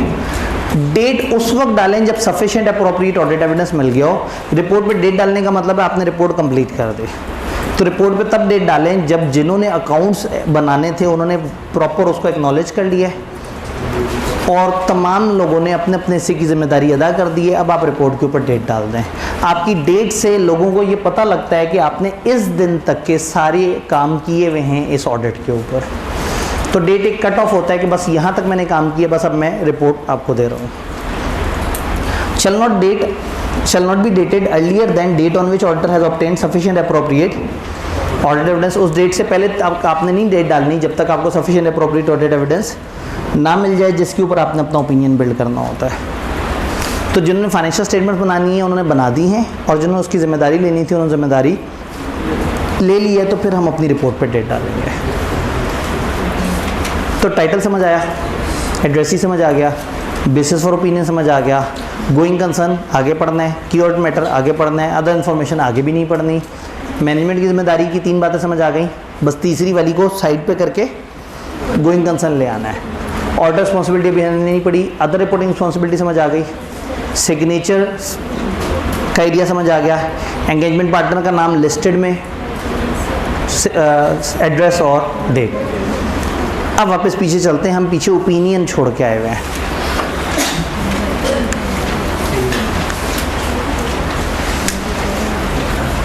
ओपिनियन देने से पहले पुराने ज़माने में ऑडिट रिपोर्ट होती थी, पूरी रिपोर्ट ख़त्म होती थी, एंड पे ओपिनियन आता था। लोग 1.5-2 सफ़े तक पढ़ने के बाद आवाज़ार होकर रिपोर्ट छोड़ देते थे।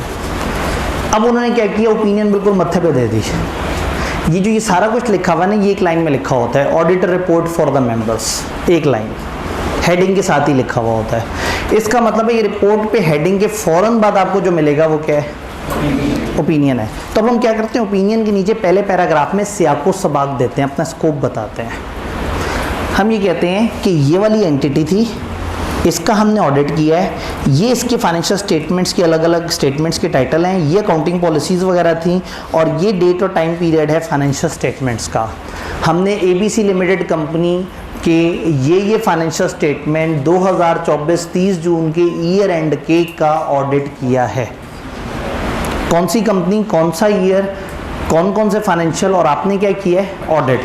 तो आपने पहले पैरा में इंट्रो देना है कि what this opinion is about. Opinion देने से पहले स्कोप बता रहे हैं, ये वाला इदारा, ये वाली सर्विस, ये वाले फाइनेंशियल्स, जिसमें ये 5 तरह के होते हैं, क्योंकि दुनिया में 10-12 तरह के भी फाइनेंशियल्स हो सकते हैं, और हमने अकाउंटिंग पॉलिसीज़ वगैरह देखी हैं, और अल्टीमेटली इस डेट या इस टाइम पीरियड के फाइनेंशियल्स हैं जिनका हमने ऑडिट किया है। तो पहले पैरा में आपने क्या किया, इंट्रोडक्शन दे दिया। उसके बाद आप ओपिनियन देंगे। ओपिनियन के 2 तरह के अल्फाज होते हैं, ये डिपेंड करता है कि आपने किस किस्म की सर्विस परफॉर्म की है। यहाँ पे थोड़ा समझने की ज़रूरत है। 1-3 ओपिनियन, जब आप फाइनेंशियल रिपोर्टिंग फ्रेमवर्क एक्सेप्टेबल देख रहे होते हैं ना, रिवाइंड करके पीछे जाते हैं, तो आप देखते हैं कि ये इदारा किस किस्म का है और ये फाइनेंशियल रिपोर्टिंग फ्रेमवर्क इनको कौन सा चाहिए। कुछ फाइनेंशियल रिपोर्टिंग फ्रेमवर्क होते हैं बड़े बेरहम किस्म के, जो लॉ की तरफ से आए होते हैं, उनको हम कहते हैं कंप्लायंस फ्रेमवर्क। कंप्लायंस फ्रेमवर्क में क्या होता है कि कानून कह देता है ये 11 बातें हैं, आपने 11 की 11 माननी है अकाउंट्स बनाते हुए। जो लॉ की तरफ से आए हुए फ्रेमवर्क होते हैं ना, जैसे आप लोग वो जानते हैं 4th स्केड्यूल, 5th स्केड्यूल, ये इस तरह की चीज़ें हैं, ये लॉ की तरफ से आए हुए हैं। आप इनके साथ गद्दारी नहीं कर सकते। अकाउंट्स बनाने हैं और अगर लॉ का फ्रेमवर्क फॉलो करना है तो आपने हूबहू 100% फ्रेमवर्क को फॉलो करना है। अगर उसने 11 बातें बताई हैं कि आपने नॉन करंट एसेट में ये 11 बातें बतानी है, तो आप 12वीं नहीं लिख सकते और 10 भी नहीं कर सकते। आपको 11 की 11 फॉलो करनी है। तो अगर ऑडिटर की जगह ऑडिट करने आया और उसे पता लगा कि फ्रेमवर्क यहाँ कौन सा है, कंप्लाइंस, तो वो 100% कंप्लाइंस को पहले इंश्योर करेगा कि क्या इन्होंने 11 की 11 बातें मानी है, क्योंकि अगर एक भी नहीं मानी तो वो कह देगा मटेरियल मिसस्टेटमेंट हो गई। और अगर सारी मानी है तो फिर उसके अल्फाज होंगे इन लोगों ने अपने अकाउंट्स इस फ्रेमवर्क के मुताबिक बनाए हुए हैं। ये फ्रेमवर्क कहलाता है कंप्लायंस फ्रेमवर्क, जिसमें रिजिड होके 100% फॉलो करना पड़ता है। इसमें हम ये नहीं देखते कि यूजर्स के क्या जज्बात हैं, हम देखते हैं कानून के क्या जज्बात हैं। कानून ने कहा ये 11 बातें तो बस ये 11 की 11। फिर एक होता है फेयर प्रेजेंटेशन फ्रेमवर्क। जैसे हमारे जो IFRS हैं, अगर आप इनका प्रीफेस पढ़ें तो ये कहते हैं हम एक फेयर प्रेजेंटेशन फ्रेमवर्क है। अभी फेयर प्रेजेंटेशन फ्रेमवर्क क्या होता है? ऐसा फ्रेमवर्क होता है जिसको फॉलो तो आपने करना होता है, लेकिन गुंजाइश होती है लेफ्ट राइट जाने की। अगर आपको लग रहा है, अकाउंट्स बनाने वालों को लग रहा है कि यूज़र को समझाने के लिए 2 नए डिस्क्लोजर डाल देने चाहिए, डाल दें। अगर उन्हें लग रहा है यूज़र्स को बचाने के लिए एक डिस्क्लोजर माइनस कर दें तो यूज़र परेशान हो जाएगा, तो उस एक को माइनस भी कर सकते हैं। जैसे मैं अक्सर एग्जांपल देता हूँ कि फ़र्ज़ करें हमारे फाइनेंशियल स्टेटमेंट्स हों तो वो 2-3 सफ़े के होंगे। ऊपर से हम लोगों ने एक बाइक लीज़ पे ली हुई हो और वो हमारे एम्प्लॉयज़ यूज़ करते हो, तो पता लगेगा कि आधे सफ़े का तो हमने लीज़ का डिस्क्लोजर बनाया हुआ होगा। 1 साल से कम इतना होता है, 1 से 5 साल का उतना होता है, 5 साल से ऊपर ऐसे होता है, ये टर्म्स हैं, ये फाइनेंस है, ये इसमें इस तरह का मामला, उस तरह का मामला। तो हमारा जो यूज़र है वो परेशान हो जाएगा हमारे फाइनेंशियल्स देख के। 2-3 सफ़े के बाद जब आधा सफ़ा उसे लीज़ पे नज़र आएगा तो वो पलट के पूछेगा भाई आपने क्या काम शुरू कर दिए। तो अपने यूज़र को कन्फ्यूजन से बचाने के लिए हमें क्या करना चाहिए? ये लीज़ वाला दिखाना ही नहीं चाहिए। हालांकि स्टैंडर्ड ने तो कहा है, बट स्टैंडर्ड नहीं कहा था देखो अपने यूज़र को बचाने के लिए तुम कुछ माइनस कर दो, हमें कोई दुख नहीं है, तो हम माइनस कर देंगे। इसी तरह से अगर कहीं स्टैंडर्ड ने हमें कुछ बातें बताई हैं और हम अपने यूज़र को समझाने के लिए एक्स्ट्रा बातें करना चाह रहे हैं, तो फेयर प्रेजेंटेशन फ्रेमवर्क ने हमें हमेशा अलाउ किया है। अब आप ऑडिट करने गए किसी जगह और पता लगा उनका फेयर प्रेजेंटेशन फ्रेमवर्क है, तो आपने कंप्लीटनेस ऑफ डिस्क्लोजर्स नहीं देखना, understandability of the financial statement देखना है। आपने ये देखना है कि अगर 11 बातें थी, इन्होंने 8 लिखी हैं, तो क्या वो 3 इतनी गैर ज़रूरी थी कि उन्हें माइनस किया जाए? और अगर उन्होंने 2 इजाफी बातें लिखी हुई हैं, तो वो 2 इजाफी बातें क्या यूज़र को समझाने के लिए ज़रूरी थी या नहीं थी?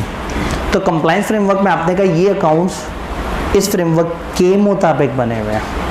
फेयर प्रेजेंटेशन को जब आप ऑडिट करेंगे तो आप कहेंगे ये accounts true and fair view दे रहे हैं, क्योंकि ट्रू है कंप्लायंस के लिए, फेयर है अंडरस्टैंडिंग के लिए। क्या बात समझ आ रही है? किताब से पूछते हैं 3 कंप्लायंस फ्रेमवर्क में आपके क्या अल्फाज होंगे? Financial statement are prepared in all material respect in accordance with framework.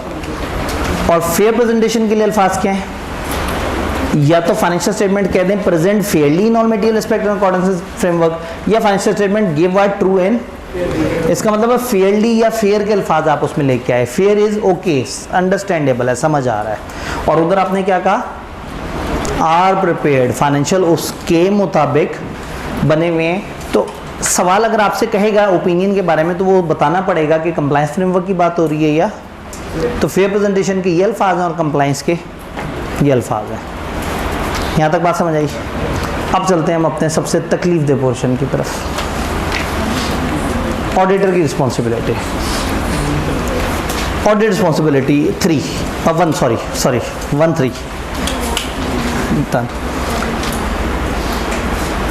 अब ऑडिटर ने अपनी जिम्मेदारी क्या बतानी है? ऑडिटर ने एक्सपेक्टेशन गैप ख़त्म करना है। लोग ये समझते हैं कि ऑडिटर आ गया बस सारे फ्रॉडियों को उठा के जेल में डाल देगा, सारे फाइनेंशियल्स ठीक हो जाएंगे, अकाउंट्स 100% परफेक्ट होंगे और कंपनी में इन्वेस्ट करना बेहतरीन से बेहतरीन है, जबकि ऑडिटर तो रीजनेबल एश्योरेंस दे रहा है। तो ऐसे में ऑडिटर के लिए ज़रूरी है कि पहले समझाए ऑडिट क्या होता है, फिर गहराई में जाके ऑडिट के बारे में बताए।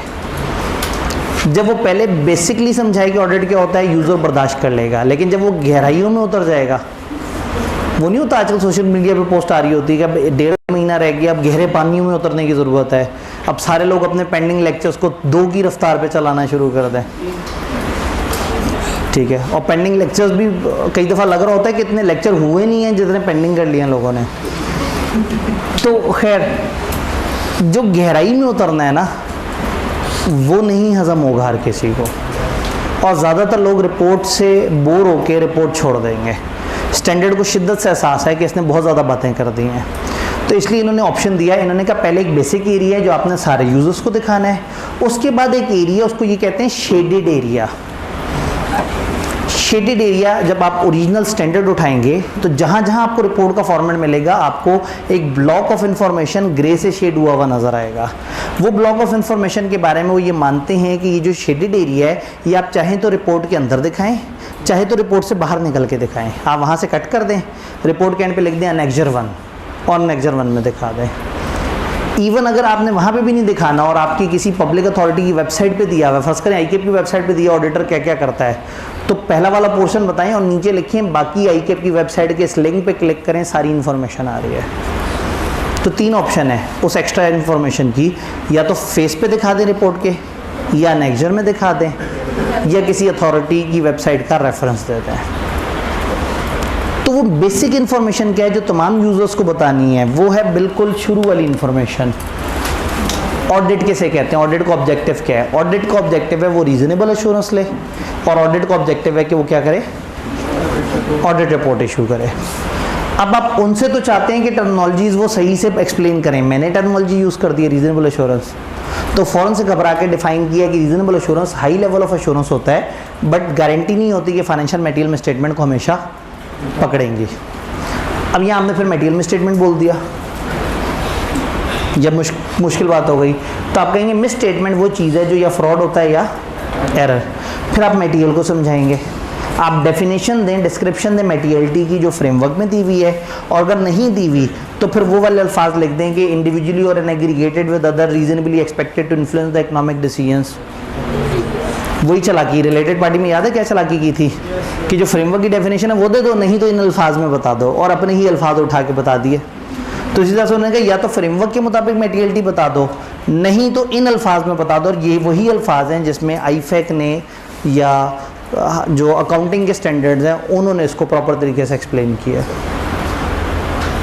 तो इस पोर्शन में आपने बताया ऑडिटर का ऑब्जेक्टिव क्या है, फिर समझाया रीजनेबल एश्योरेंस किसे कहते हैं, फिर समझाया मटेरियल और मिसस्टेटमेंट किसे कहते हैं, ये बता दिया।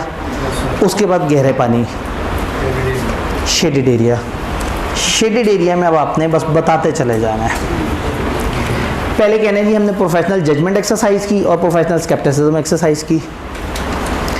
फिर बताने ऑडिट में होता क्या है, हम पहले आइडेंटिफाई करते हैं और असेस करते हैं रिस्क ऑफ मटेरियल मिसस्टेटमेंट। अब स्टोरी समझ आएगी, जो लोग अब एक दफ़ा ऑडिट पढ़ चुके हैं अब उनको ये सारी स्टोरी समझ आएगी कि हम सबसे पहले क्या करते हैं, आइडेंटिफाई करते हैं और असेस करते हैं रिस्क ऑफ मटेरियल मिसस्टेटमेंट। फिर हम क्या करते हैं, हम अंडरस्टैंडिंग लेते हैं इंटरनल कंट्रोल्स की, ताकि हम समझ सकें, not for the purpose of expressing an opinion. हम उन पर ओपिनियन नहीं दे रहे होते, हम सिर्फ अपने ऑडिट को बेहतर करने के लिए इंटरनल कंट्रोल्स समझ रहे होते हैं। हम एवेल्यूएट करते हैं कि अकाउंटिंग पॉलिसीज़ वगैरह अप्रोप्रिएट हैं या नहीं, और हम देखते हैं कि गोइंग कंसर्न सही है या नहीं। हम रिस्क को असेस करते हैं, हम कंट्रोल्स को देखते हैं, हम पॉलिसीज़ वगैरह को देखते हैं, और हम गोइंग कंसर्न को देखते हैं। हम उसके अलावा भी कुछ करते हैं। ये बताएं कि मैं दोषा विद गवर्नर से कम्युनिकेट करता हूँ बहुत सारे मामलात, यानी कि मेरा scope and timing of audit, different findings, different deficiencies control की जो भी है मैं किनसे डिस्कस करता हूँ, दोषा विद गवर्नर से।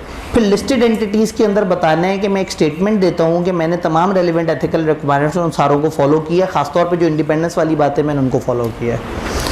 फिर आप कहते हैं जहाँ की ऑडिट मैटर कम्युनिकेट हुए थे वहाँ ये मामला इस तरह से था, और मैंने वो बातें बताई थी जो मेरे नज़दीक इतनी अहम थी कि वहाँ पर बताई जाए। तो अगर आप गौर से देखें तो तकरीबन ये 3 तरह की बातें यहाँ, फिर यहाँ 4 तरह की इन्फॉर्मेशन, फिर प्रोफेशनल जजमेंट, प्रोफेशनल स्केप्टिसिज्म।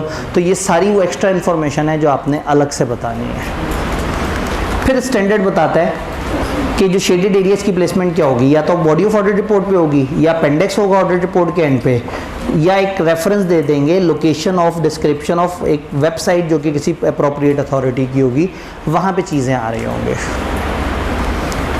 तो यहाँ तक हम लोगों ने ओवरऑल रिपोर्ट के कंटेंट्स पढ़े, देखे। किसी किस्म का कोई मसला, कोई सवाल लाइट से एक दफ़ा ओपन कर दीजिएगा। कोई कन्फ्यूजन, कोई परेशानी है तो मुझे बताइए। दो फ्रेमवर्क बताए, कंप्लायंस फ्रेमवर्क और एक फेयर प्रेजेंटेशन। ये कंपनी के हिसाब से डिसाइड करना है, कंपनी को फ्रेमवर्क कहाँ से मिलता है। लॉ उसे बताता है तुम कौन सा फ्रेमवर्क फॉलो करोगे, लॉ ना बताए तो वो उस फ्रेमवर्क को फॉलो करते हैं जो उनके यूजर्स एक्सपेक्ट करते हैं। तो अगर यूजर्स को लॉ वाला फ्रेमवर्क पसंद है तो वो लॉ वाले फ्रेमवर्क को कर लेंगे, और यूजर कहें नहीं जी फ्लेक्सिबल सा हो, नॉर्मली हमें लॉ बता देता है। कंपनीज एक्ट सेक्शन 234 ने हमें ये कहा कि पाकिस्तान की जितनी भी कंपनी हैं वो आईकैप की तरफ से अप्रूव हुए वे वो वाले अकाउंटिंग स्टैंडर्ड्स को फॉलो करेंगे जो आईफैक वगैरह की तरफ से आए हैं। यानी आईकैप और एससीसीपी ने जिन स्टैंडर्ड्स को अप्रूव किया है वो स्टैंडर्ड्स पाकिस्तान की कंपनियां फॉलो करेंगी, प्लस लिस्टेड कंपनियां 4th स्केड्यूल को फॉलो करेंगी, बाकी कंपनियां 5th स्केड्यूल। पाकिस्तान का हमारा फ्रेमवर्क मिक्स फ्रेमवर्क है। अगर ये ज़्यादा मूड में होते हैं ना तो इस स्टैंडर्ड, इस ओरिजिनल स्टैंडर्ड में इसकी भी डिस्कशन है। आपके हाथ अगर कभी फाइनल के लेक्चर्स लगे तो यहाँ एक अगली डिबेट होती है कि अगर दो फ्रेमवर्क इकट्ठे हों फिर क्या करना है, लेकिन शुक्र है वो यहाँ नहीं है। पाकिस्तान में हमें डबल फ्रेमवर्क फॉलो करना पड़ता है। एक तरफ से कंपनी लॉ भाई साहब आ जाते हैं, वो कहते हैं 4th 5th स्केड्यूल मेरा होना चाहिए। एक तरफ से ये आ जाता है हमारे IAS भी, वो कहते हैं जी आपने IFRS और IAS फॉलो करना है। IAS और IFRS हैं फेयर प्रेजेंटेशन, और 4th ऑफ स्केड्यूल है कंप्लायंस। तो पाकिस्तान का ऑडिटर 2-fold ओपिनियन देता है, कहते हैं हमने अपना audit in accordance with IFRS and the requirement of 4th या 5th schedule of पाकिस्तान का कंपनीज एक्ट, हमने उसके मुताबिक काम किया है।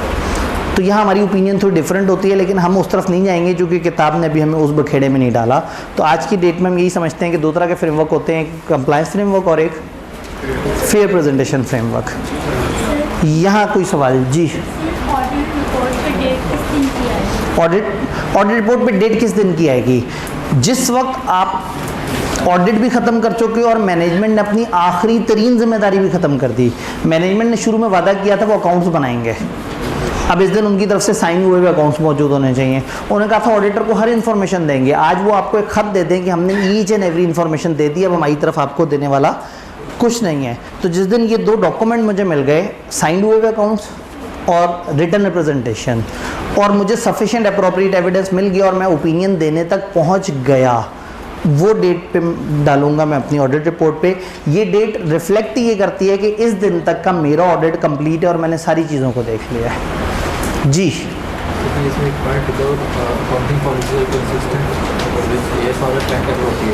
ठीक है, इन्होंने कहा जी एक जगह लिखा हुआ है कि अकाउंटिंग पॉलिसीज कंसिस्टेंट हैं और अप्रोप्रिएट भी हैं या नहीं है।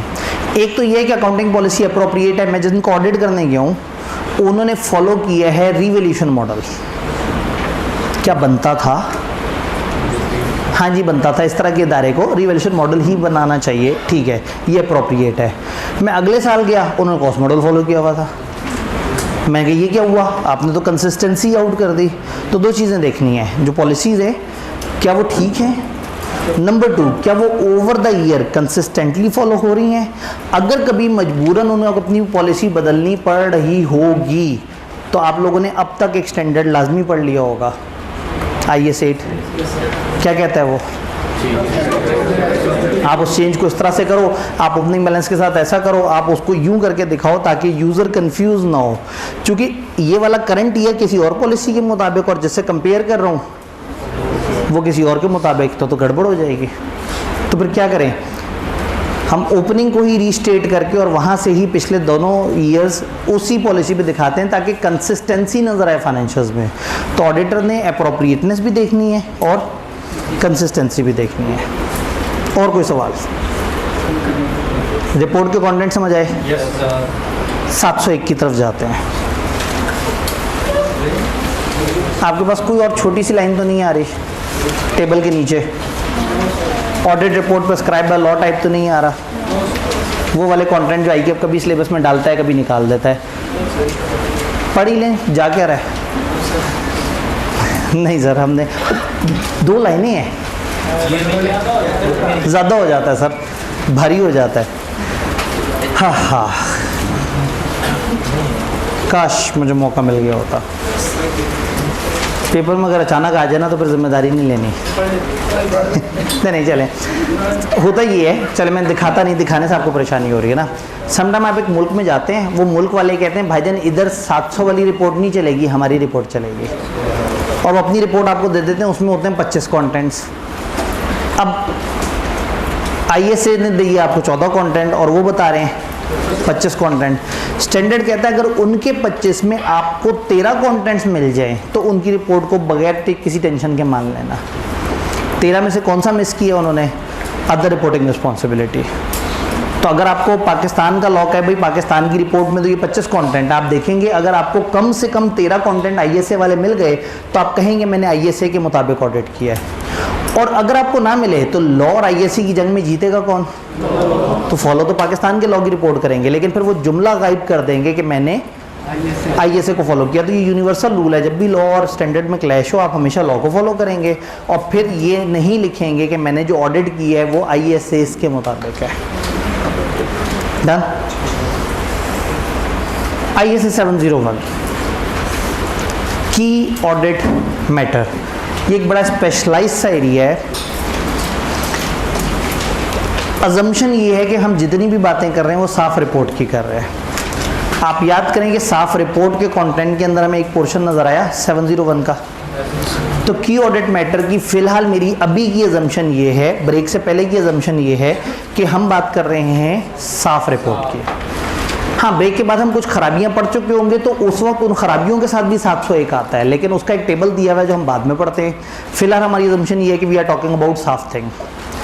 की ऑडिट मैटर क्या है? समटाइम जब आप ऑडिट करने जाते हैं तो आपके सामने कुछ ऐसे मामलात आते हैं, कुछ ऐसे एरियाज पे इतना ज़्यादा टाइम और इतनी ज़्यादा एनर्जी लगती है कि ऑडिटर का दिल करता है कि दोस्त जावेद गवर्नेंस के साथ साथ तमाम शेयर होल्डर्स को मैं बताऊं कि ये बड़ा अहम मामला था। आप ऑडिट करने गए, पता लगा उनका सॉफ्टवेयर ही ख़राब हुआ है।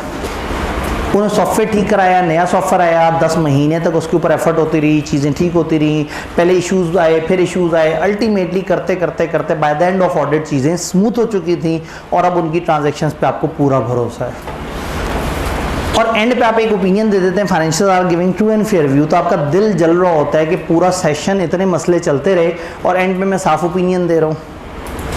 तो देते तो आप साफ ओपिनियन है, लेकिन आप कहते हैं आओ यूज़र्स मैं आप लोगों को एक बात बताता हूँ, स्टार्ट में सीज़न के स्टार्ट में ये प्रॉब्लम आया था, फिर इस प्रॉब्लम पे ये एक्शन लिया गया था और उसके बाद यूँ हुआ था और अब जो हो रहा है मैं उससे मुतमईन हूँ।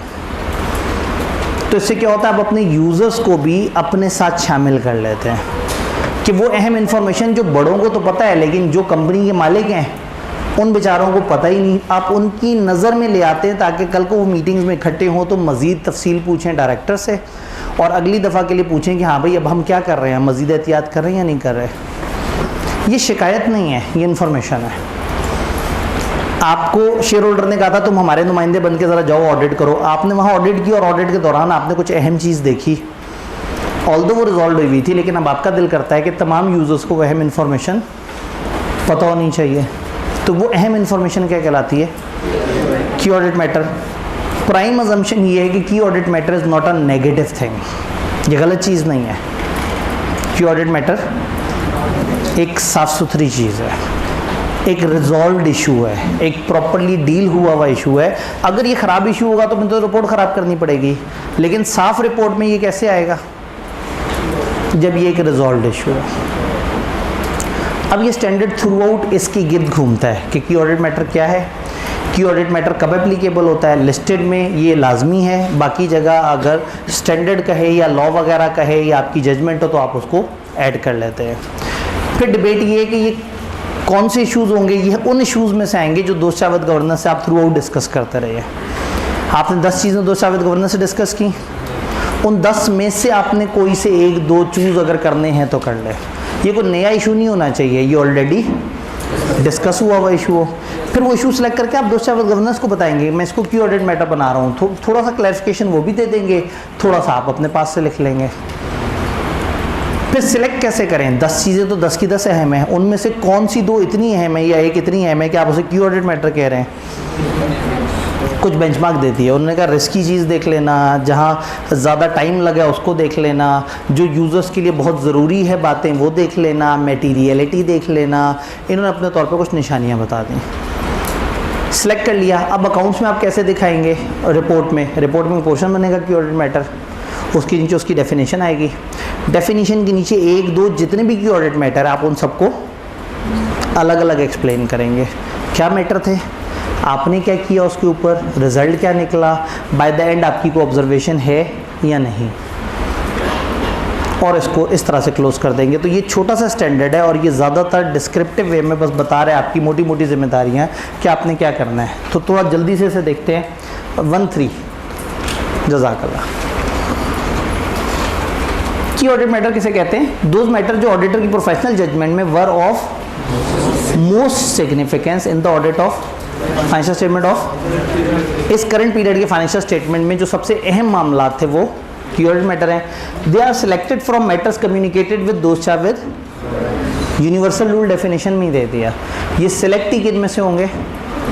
जो दोस्त विद गवर्नेंस से आपके साथ साथ डिस्कशन में चल रहे थे। स्कोप क्या है? ये से डील करता है audit responsibility key audit matter बताए। Purpose of communicating key audit matter to enhance the communicated value of audit report. इसका मकसद ऑडिट रिपोर्ट की वैल्यू बढ़ा देना है। तो डायलॉग मारे में आगे चलते हैं। कहाँ पे एप्लीकेबल है? केम लिस्टेड एंटिटीज़ में आएगा और अदर देन लिस्टेड तब आएगा जब लॉ आपको कह देगा। एक तीसरी ऑप्शन भी होती है जब आपकी जजमेंट में आपको लगे तो आप वहाँ पे भी इसको ऐड कर सकते हैं। कैन कम्युनिकेट करने का मकसद है एडिशनल इन्फॉर्मेशन यूजर्स को दे दें ताकि उनको फाइनेंशियल्स की बातें थोड़ी और ज़्यादा बेहतर तरीके से समझ आए। डन। डिटरमाइन कैम कैसे करें? आप फ्रॉम द मैटर दोस्त विद गवर्नर से जो कम्युनिकेट हुआ उसमें से कैम सेलेक्ट करेंगे।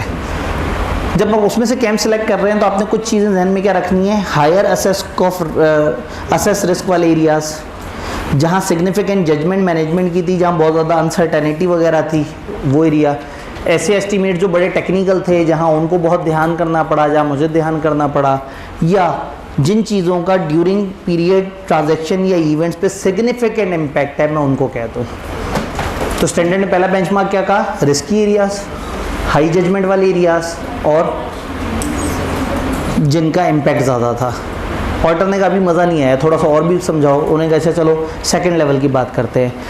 आप उस मैटर की यूज़र्स की अंडरस्टैंडिंग से जो इम्पोर्टेंस है उसको देख लें, उसमें कितनी कम्प्लेक्सिटी, सब्जेक्टिविटी, जजमेंट्स इन्वॉल्व है उसे देख लें, उसकी नेचर और मटेरियलिटी, किस नोयत की चीज़ है और कितनी क्वांटिफिकेशन है, ऑडिटर की कितनी एफर्ट लगी उस मैटर के ऊपर, कोई स्पेशलाइज स्किल वगैरह तो नहीं उसमें चाहिए थी, कंसल्टेशन कितनी ली गई, एक्सपर्ट कितने बुलाए गए, कोई बहुत ज़्यादा स्ट्रॉन्ग कंट्रोल डेफिशिएंसी थी या नहीं थी। तो उन्होंने कुछ और निशानियां बता दी। क्योंकि आपको हमेशा गिला ये है स्टैंडर्ड से कि स्टैंडर्ड कह देते हैं तुम्हारी प्रोफेशनल जजमेंट, तो इन्होंने प्रोफेशनल जजमेंट आप ही पे छोड़ दिया, लेकिन कुछ आपको निशानियाँ बता दी कि ये चंद चीज़ें जहन में रखना, शायद इनके मुताबिक तुम्हें कोई ना कोई की ऑडिट मैटर मिल जाए।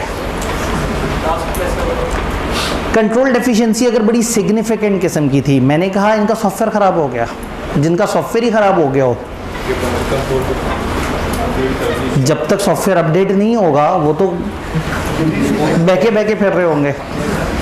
तो सोचें, आप समझ आ रहे हैं, जिनका सॉफ्टवेयर ख़राब हो जाए कितना बड़ा इशू है। तो अगर एक कंपनी का सॉफ्टवेयर ही ख़राब है तो इसका मतलब उनके अकाउंट्स सत्यानाश। इतनी बड़ी डेफिशिएंसी है कि अगर ये ठीक ना हुई होती तो फिर तो पूरा ऑडिट ख़राब हो गया होता। तो ये इतना अहम है कि ऑडिटर चाहेगा कि बताए कि हुआ था लेकिन रिजॉल्व हो गया। जी, अगर नेगेटिव इम्पैक्ट आ रहा है, अगर तो इशू अभी भी नेगेटिव रह गया है फिर तो रिपोर्ट ख़राब होगी। लेकिन अगर इशू रिजॉल्व हो गया है और इशू बताने से बदनामी ज़्यादा हो रही है, हमारी किताब पता नहीं क्यों भूल गई बताना हमें। ISA 701 का पैरा 14 है, उसने एक एक्सेप्शन बताई है। वो कहते हैं अगर की ऑडिट मैटर बताने से बदनामी बढ़ रही हो तो मत बताएं। लेकिन हमारी किताब ने पता नहीं क्यों नहीं डिस्कस किया, बड़ी अहम बात है, ये पी गए।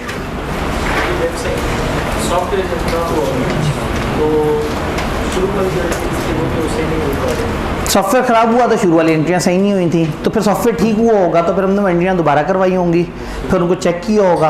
बाय द एंड अगर मैं मुतमईन हूँ तो इसका मतलब है सब ओके है। लेकिन मैं चाहता हूँ कि मैं यूज़र्स को भी बताऊँ ताकि वो अगली दफ़ा डिविडेंड का जब शोर में चाह रहे हो तो उस वक्त पैसे थोड़े से होल्ड करें और सॉफ्टवेयर पे इन्वेस्टमेंट की जाए। ये बात समझ आई। अब कैम प्रेजेंट कैसे करना है, जितने भी मैटर्स हैं अप्रोप्रिएट हेडिंग देनी है और हर कैम का सेपरेट आपने वो करना है। एक सेपरेट सेक्शन है कैम का, उसके अंदर आपने हेडिंग देनी है हर की ऑडिट मैटर की, और हर की ऑडिट मैटर की हेडिंग के अंदर पहले तो आपने ओवरऑल बताना है कैम किसे कहते हैं। दो मैटर जो हमारी जजमेंट में इंपॉर्टेंट थे और जिनको हमने ऑडिट के अंदर देखा, डेफिनेशन दे दें इंट्रोडक्टरी पोर्शन में। फिर क्या करें, अगर कोई केम नहीं है तो आप कहते हैं we have nothing to communicate. लेकिन इसके अल्फाज अभी मैं आपको नहीं दिखाऊंगा क्योंकि उसके अंदर हमारे पास जब हम ख़राब रिपोर्ट देखते हैं तो उससे अल्फाज थोड़े से बदल जाते हैं। तो अगर कोई केम नहीं है तो आप केम का पोर्शन डालें, डेफिनेशन दें और नीचे लिखें भाईजान हमारे पास कोई केम नहीं है, और जहाँ केम है वहाँ केम की डिस्क्रिप्शन दें। फिर उसके बाद क्या करें, हर अलग अलग केम को बताएं, स्टेट करें क्यों आपने उसे कहा कि वो की ऑडिट मैटर है, बताएं उस मैटर को कैसे एड्रेस किया, प्रोसीजर क्या लगाए, आउटकम क्या आया और आपकी अभी भी क्या ऑब्जर्वेशन है उस मैटर को लेकर। क्लियर जी? क्वेश्चन है की ऑडिट मैटर हम हमेशा दोस्त शावत गवर्नेंस से डिस्कस करते हैं। इस सवाल का फ़ायदा उठाते मैं अगली स्लाइड दिखा दूँ, दोस्त शावत गवर्नेंस से डिस्कशन। अच्छा, जो हमारी रिपोर्ट होती है वो एड्रेस भी दोस्त चार्ज गवर्नेंस और शेयर होल्डर्स को करनी होती है। जो रिपोर्ट होती है वो हमने एड्रेस उसको करनी होती है जो रेलेवेंट हो, वो दोस्त शावत गवर्नेंस भी हो सकता है और ज़्यादातर वो शेयर होल्डर्स होते हैं। सर इसका अल्टीमेट फ़ायदा किसको होगा की ऑडिट? इसका फ़ायदा असल में किसको हो रहा है? शेयर होल्डर्स को, जो मौके पे मौजूद नहीं थे। कंपनी में पता नहीं क्या कुछ हो गया और एंड पे ऑडिटर ने रिपोर्ट क्या दी, सब साफ। तो उतना सारा जो प्रोसेस दिक्कत परेशानी से गुजरे वो बताने की भी तो ज़रूरत है। फर्ज करें फ़ौज एक हिडन ऑपरेशन शुरू करे, एक इलाके में दहशत गर्दी हो रही हो, वो वहाँ जाएं, ऑपरेशन करें, फ़ौज के कई बंदे मारे जाएं, सारा कुछ सही वो हो और एंड पे एक वज़ीर आज़म कह दे कि अल्हम्दुलिल्लाह हमारे KPK में तो मसला ही कोई नहीं है, कभी सेहत पे आने वालों के साथ कुछ बुरा हुआ ही नहीं। अब फौजी बेचारा दिल सड़ा के बैठा हो कि यार मेरे 200 बंदे मर गए, हम लोग 5 महीने से ऑपरेशन कर रहे थे, ऑपरेशन के बाद चीज़ें ठीक हुई हैं, अल्टीमेटली रिपोर्ट तो साफ़ ही जानी चाहिए। लेकिन एक दफ़ा यूज़र्स को बताओ तो सही कि मेरे सारे मसले थे जिनको हमने रिजॉल्व किया है। तो सम टाइम कंपनी के अंदर की कुछ अहम इंफॉर्मेशन होती है, वो आप चाहते हैं कि असल मालिकों तक पहुँचे, तो की ऑडिट मैटर ने ऑडिटर को पावर दे दी कि वो कुछ ऐसी बातें जो उसकी नज़र में इतनी अहम है कि सबको पता लगनी चाहिए, वो की ऑडिट मैटर में डाल सकता है। पुराने ज़माने का ऑडिटर ब्लैकमेल करता था ये कह के कि मैं रिपोर्ट ख़राब कर दूंगा। आज के ज़माने का ऑडिटर कहता है मैं की ऑडिट मैटर डाल दूंगा। अच्छा, वो भी बड़े सियाने हैं, कई दफ़ा वो कहते हैं पैसे ले लो की ऑडिट मैटर डाल दो, लिख दो कि मैं जब ऑडिट करने आया तो मैंने देखा एक नया सॉफ्टवेयर लगा हुआ था, पहले मैं हैरान हुआ, फिर मैं परेशान हुआ, फिर जब मैंने इसे देखा तो क्या सॉफ्टवेयर है साहब, एक एक चीज़ इतनी मुलायम तरीके से उसमें रिजॉल्व हो जाती है, हर चीज़ बड़ी परफेक्ट थी और मैं तो बड़ा खुश हूँ। मैं तो जहाँ ऑडिट करने जाऊँगा मैं सबसे कहूँगा कि दोस्त शावत गवर्नेंस हो तो ऐसे। तो हो सकता है वो उसको पैसे देंगे तो मैं ये की ऑडिट मैटर में ज़रा थोड़ी हमारी तारीफ़ ही कर दो। तो की ऑडिट मैटर एक एक्स्ट्रा ऑप्शन दे देता है ऑडिटर को, इदारे को डराने की भी और इदारे के साथ बातचीत करने के लिए भी। जी सर ये बात डिस्कस नहीं की हुई मैनेजमेंट से? कौन सी? ये जो आपने कहा मैनेजमेंट इस्तेमाल करने के नहीं, बात ये है कि दोस्त शावत गवर्नेंस से डिस्कस हुई होगी तभी तो आप यहाँ पहुँचे होंगे। कौन कह रहा है आपको रिपोर्ट में डालने का? उससे पहले हम ये बता भाई दोस्त शावत हमने की ऑडिट मैटर कहाँ से सिलेक्ट करने होते हैं? जो दोस्त शावत गवर्नेंस से डिस्कशन हुई, दोस्त शावत गवर्नेंस से 10 डिस्कशन हुई, उसमें ये मैटर नहीं था। लेकिन 11वीं डिस्कशन यही है कि आप ये वाली बात लिख दें तो हो गई डिस्कशन। जब वो कह रहे होंगे कि ये बात लिख दें तो वो कौन सा मैटर है जो उनके साथ डिस्कस हुआ है। वापस इधर आते हैं, नहीं तो हम बहक जाएंगे। क्वालिफाइड ओपिनियन पे भी कैम हालशुदा ही होगा। पता नहीं क्वालिफाइड ओपिनियन कैसे कहते हैं, मैं तो अभी तक ऐसी कोई बात नहीं की। मैंने अजम्पशन ली थी कि हम इस वक्त साफ रिपोर्ट के अंदर साफ बातें कर रहे हैं, ब्रेक के बाद हम गंदी बातें कर सकते हैं। अभी तक हम साफ बात कर रहे हैं, तो मुझे नहीं पता क्वालिफाइड ओपिनियन के साथ इसका क्या ताल्लुक है। मैं क्वालिफाइड ओपिनियन बताऊंगा तो शायद वो ताल्लुक भी बता दूँ। जी वो भाई का आखिरी सवाल, इतनी देर आप लोग पढ़ लें, पढ़ तो सकते ही हैं, कम से कम मैं स्लाइड गुजार दूंगा कि आपने पढ़ ली। ऑडिट रिपोर्ट में जब की ऑडिट मैटर प्रेजेंट होता है, क्या पेपर में टेस्ट होता है? Yes, you can expect. CA final में उनका एक बड़ा पसंदीदा सवाल होता है कि वो आपको एक सिचुएशन दे देते हैं, कहते हैं ज़रा की ऑडिट मैटर ही बना दो। तो कैफ लेवल पे कभी भी मूड में आ सकते हैं, और एक आध दफ़ा मूड में आ भी गए थे। फिर कई दफ़ा इनके पेपर के स्कोप चेंज होते रहते हैं, तो पास पेपर्स भी हम आगे पीछे करते रहते हैं। तो पेपर में आप जाएं, हो सकता है वो आपको एक इशू दें और कहें ज़रा की ऑडिट मैटर बना दो। आप सोचेंगे अच्छा कैसे बनाना होता? हाँ, सर ने बताया था पहले हेडिंग देनी है, हेडिंग दे दी। फिर सर ने कहा था हेडिंग के नीचे की ऑडिट मैटर की डेफिनेशन देनी होती है, डेफिनेशन लिख दी। फिर सर ने कहा था जितने मैटर हैं उनकी अलग अलग हेडिंग दो। अगर वो सवाल में उन्होंने 2 मैटर्स बताए हैं, दोनों की हेडिंग दे दे। फिर प्रेजेंटेशन क्या था? नीचे बताओ ये क्यों केम है। सवाल ने हिंट दिया होगा, सवाल आपको ये थोड़ी कहेगा खुद ही से कुछ भी लिख दो, थोड़ा सा डिस्क्रिप्शन तो देगा। उस डिस्क्रिप्शन में रीज़न आप ऊपर लिख देंगे। फिर आपने नीचे क्या बताना है? मैंने प्रोसीजर क्या लगाए, उसका रिजल्ट क्या निकला। तो पेपर में हो सकता है वो इस तरह से आपको तंग करे। आज अगर दामन वक्त में गुंजाइश हो तो आपने इस तरह की फरमाइश करनी है, तो हो सकता है आपकी फरमाइश करने से पहले ही सर उसामा आपसे कहें हाँ भाई बच्चों फ़र्ज़ करो ये की ऑडिट मैटर है, ज़रा ड्राफ्ट करो। तो ड्राफ्टिंग में तो एक नेक्स्ट लेवल की बात चल रही होती है ना। तो ड्राफ्टिंग में जाके आपने कहना है कि जी अगर की ऑडिट मैटर लिखने के लिए आ जाए तो क्या करेंगे, और फिर सारे आपको गुस्से से देखेंगे कि उन्होंने कहा अच्छा क्या करेंगे, लिखो। वो आपका सवाल आप लोगों के ऊपर ही डाल देंगे, पर जब आप लिखेंगे फिर आपको बताएंगे कि देखो ऐसे करना था, ऐसे नहीं करना था।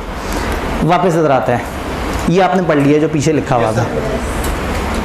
इसमें अब हम ओवरऑल मैप की तरफ जाएंगे, जिसके लिए हमने क्या करना होगा, इतनी छुट्टी करनी होगी, ब्रेक करनी होगी कि आप दोबारा, अगर आप तब तक महसूस होना चाहते हैं तो आप एक गंदी सी डायग्राम ज़रूर देख सकते हैं। सर बंद कर दें सर, ये जो है ना 3:55 हो रहे हैं मेरे पास, 4:05 पे इकट्ठे होते हैं। जो अगली क्लास वाले हैं वो 4:40 पे आएंगे। साजिश पूरी तैयार है, ठीक है।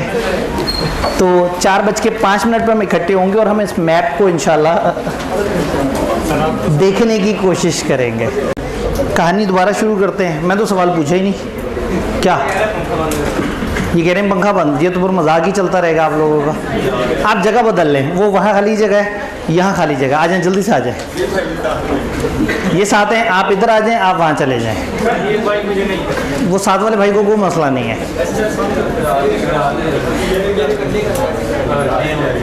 हसरत ही रही कि सीए के स्टूडेंट्स में ना कभी मैच्योरिटी नज़र आ जाए। ऐसा नहीं है कि मैं सिर्फ बच्चों को पढ़ाता हूँ, मैं फाइनल के एंड तक के भी लोगों को पढ़ाता हूँ, लेकिन बहरहाल बच्चे बच्चे होते हैं। बस ये आखिरी चंद खुशियाँ रह गई हैं हमारे पास, आगे तो आप लोगों ने फम में चले जाना है। हाँ जी भाई कुछ कहना चाहते हैं शायद। उन्होंने कहा अगर बाहर से थोड़ा सा कील ठोकने की आवाज़ आए तो आप लोगों ने परेशान नहीं होना। कोई बात नहीं, मैं इनके दिमाग में ऑलरेडी इतनी कीलें ठोक रहा हूँ। अब हम एक स्पेसिफिक एरिया पे आ गए हैं। हमारा इस वक्त का टारगेट है मॉडिफिकेशन। 3 अगर प्रेस कर दें, जज़ाकल्लाह। हमारा टारगेट है मॉडिफिकेशन। अभी तक अजम्पशन ये थी कि रिपोर्ट साफ़ है, अभी तक अजम्पशन ये थी कि हमें कोई मसला नहीं है, कोई परेशानी नहीं है, सब कुछ ओके है। साफ़ रिपोर्ट देने से पहले 2 कंसिडरेशन थी, मटेरियल में स्टेटमेंट कोई नहीं होनी चाहिए और किसी किस्म का स्कोप लिमिटेशन ना हो, कोई inability to obtain sufficient appropriate evidence ना हो। अब यहाँ पे हम थोड़ा सा एक ओवरऑल मैप देखने की कोशिश करते हैं। खैर ये मैप आपको छेड़ने के लिए सामने रखा हुआ है, मैं ज़रा इसका साफ़ सुथरा वर्जन निकाल लेता हूँ, आप परेशान ना हो जाए। ऐसे अब तो नज़र ही नहीं आ रहा। देखा, तो जो लोगों को ज़िंदगी में आगे से आगे बढ़ना होता है, बेहतरी चाहिए होती है, तो वो इतनी अहम ऑप्शन छोड़ देते हैं। इतनी प्यारी लिखाई छोड़ के आपने क्या सिलेक्ट किया, खाली डब्बे। ठीक है जी। Audit report. ऑडिट रिपोर्ट 2 तरह की होती है। एक को हम कहते हैं मॉडिफाइड रिपोर्ट। मॉडिफाइड का मतलब जिसमें तब्दीली आ जाए, और एक को हम कहते हैं अनमॉडिफाइड रिपोर्ट। हमने क्या ख़ास पैटर्न है, उस ख़ास पैटर्न से बनी हुई रिपोर्ट। याद है ISA 700 ने हमें 14 कंटेंट बताए, तरतीब बताई, कंटेंट बताए। अगर आप वही रिपोर्ट, वही कंटेंट उसी तरतीब के साथ दे रहे हैं तो ये क्या कहलाएगी, अनमॉडिफाइड रिपोर्ट। अनमॉडिफाइड रिपोर्ट को डील करने वाले स्टैंडर्ड का नाम है ISA 700। ये अनमॉडिफाइड रिपोर्ट को डील करता है। तो जो अनमॉडिफाइड नहीं होगी वो क्या होगी, वो मॉडिफाइड होगी। यानी जो ख़राब हो गई, जिसमें कुछ मॉडिफिकेशन आ गई, जिसमें कोई तब्दीली आ गई, जिसमें कोई बेसिक पैटर्न से हट गए। अब फ़र्ज़ करें बेसिक पैटर्न में आप ओपिनियन के अंदर कोई चेंज कर दें या कोई नई चीज़ ऐड कर दें और रिपोर्ट में कुछ और एक्सप्लेन करना शुरू कर दें जो 14 कंटेंट्स ने नहीं बताया था, तो इनमें से किसी भी हरकत को मॉडिफिकेशन कहेंगे। रिपोर्ट मॉडिफाई कर देंगे तो एक अलग स्टैंडर्ड डील करता है, और अगर रिपोर्ट में कुछ एक्स्ट्रा ऐड कर देंगे, हाईलाइट कर देंगे, तो वो एक अलग स्टैंडर्ड डील करता है। मॉडिफाइड ओपिनियन तब जब आप ओपिनियन के अंदर कोई चेंज करें। अदर मॉडिफिकेशन जब आप कुछ ऐड कर दें, जब आप उसमें कुछ एम्फसाइज कर दें। ISA 705 डील करता है मॉडिफाइड ओपिनियन को और ISA 706 डील करता है अदर मॉडिफिकेशन को। तो पहले हम इस तरफ के पोर्शन को कवर करेंगे, फिर हम उस तरफ आएंगे। ये मैप समझना ज़रूरी है और ये वन गो में समझेंगे तो इंशाल्लाह ताला आपके वो वाले सवाल भी ज़रा ईजीली हो जाएंगे। तो हम साफ़ रिपोर्ट कब देते हैं? जब मटेरियल मिसस्टेटमेंट ना हो, जब स्कोप लिमिटेशन ना हो। अच्छा, मिसस्टेटमेंट छोटी मोटी हो लेकिन इमटेरियल हो तो भी साफ़ रिपोर्ट। तो फिर ख़राब रिपोर्ट तब देनी पड़ेगी जब या तो मटेरियल मिसस्टेटमेंट हो जाए या स्कोप लिमिटेशन हो जाए। तो अब मॉडिफाइड ओपिनियन के पीछे एक रीज़न हो सकती है मटेरियल मिसस्टेटमेंट। मटेरियल मिसस्टेटमेंट की एक ऑफिशियल डेफिनेशन है, बस उसको हमने सिर्फ गुजारा मुजारा एक दफ़ा पढ़ लेना है, लेकिन को बहुत ज़्यादा दिल पे नहीं लेना। मटेरियल मिसस्टेटमेंट कैसे कहते हैं? तीन में से किसी एक मसले को, अगर सिलेक्टेड अकाउंटिंग पॉलिसी अप्रोप्रिएट ना हुई, सिलेक्टेड अकाउंटिंग पॉलिसी एप्लीकेशन में कोई मसला हुआ, या डिस्क्लोजर की एडिक्वेसी अप्रोप्रिएटनेस में कोई मसला हुआ। फाइनेंशियल में दो ही तो चीज़ें होती हैं, पॉलिसीज़ और डिस्क्लोजर। गलत पॉलिसी सिलेक्ट कर दी तो मटेरियल मिसस्टेटमेंट, सही पॉलिसी गलत अप्लाई कर दी तो मटेरियल मिसस्टेटमेंट, डिस्क्लोजर गलत दे दिया, डिस्क्लोजर मिस कर दिया, डिस्क्लोजर का मतलब नहीं समझ आया तो भी मटेरियल मिसस्टेटमेंट। सिलेक्टेड पॉलिसी सही नहीं थी, फ्रेमवर्क से कंसिस्टेंट नहीं थी, फेयर प्रेजेंटेशन ही नहीं अचीव हो रही, आपने पॉलिसी गलत सेलेक्ट कर ली है। तो अगर पॉलिसी की सिलेक्शन में मसला हो या पॉलिसी की एप्लीकेशन कंसिस्टेंट ना हो, या आपको चलाना ना आया हो, कैलकुलेट ना करना आया हो, या आपने डिस्क्लोजर में इंक्लूड नहीं किए डिस्क्लोजर, या फ्रेमवर्क के मुताबिक नहीं डाले, या फेयर प्रेजेंटेशन नहीं अचीव हो रही थी, तो डिस्क्लोजर में मसला या पॉलिसी में मसले को हम क्या कहेंगे? Material misstatement. तो मटेरियल मिसस्टेटमेंट का मतलब है कि जब फाइनेंशियल स्टेटमेंट आप बना रहे हैं तो उसमें कोई ना कोई गड़बड़ हो जाए, कोई मसलो मसाइल आ जाए। Then scope limitation, inability to obtain sufficient appropriate audit evidence. हमने कहा दो ही मसले होंगे, या तो मटेरियल मिसस्टेटमेंट होगी।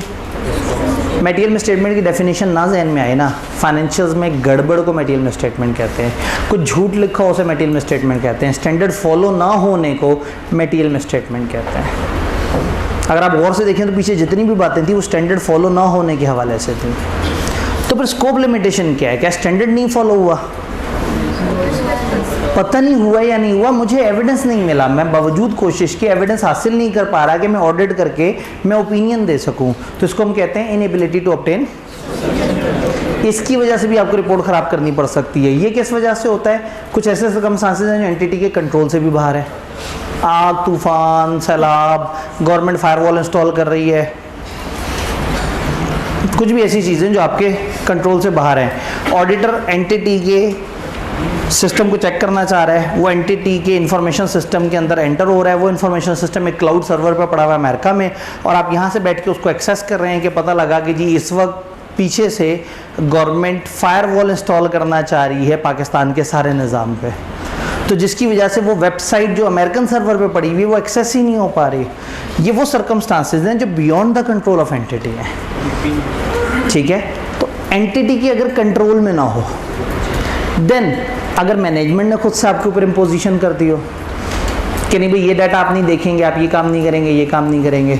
तीसरा, समटाइम हमारे नेचर और टाइमिंग ऑफ ऑडिट प्रोसीजर्स में इस तरह से होता है कि आपकी अपॉइंटमेंट कई दफ़ा गलत टाइम पे हो गई होती है, आप अपॉइंट लेट हुए हैं, याद है ऑडिटर छोड़ के चला गया तो SECP की मुशावरत से नया बंदा लेके आए, अब वो भाई साहब जब आए तो आधा टाइम गुजर चुका था।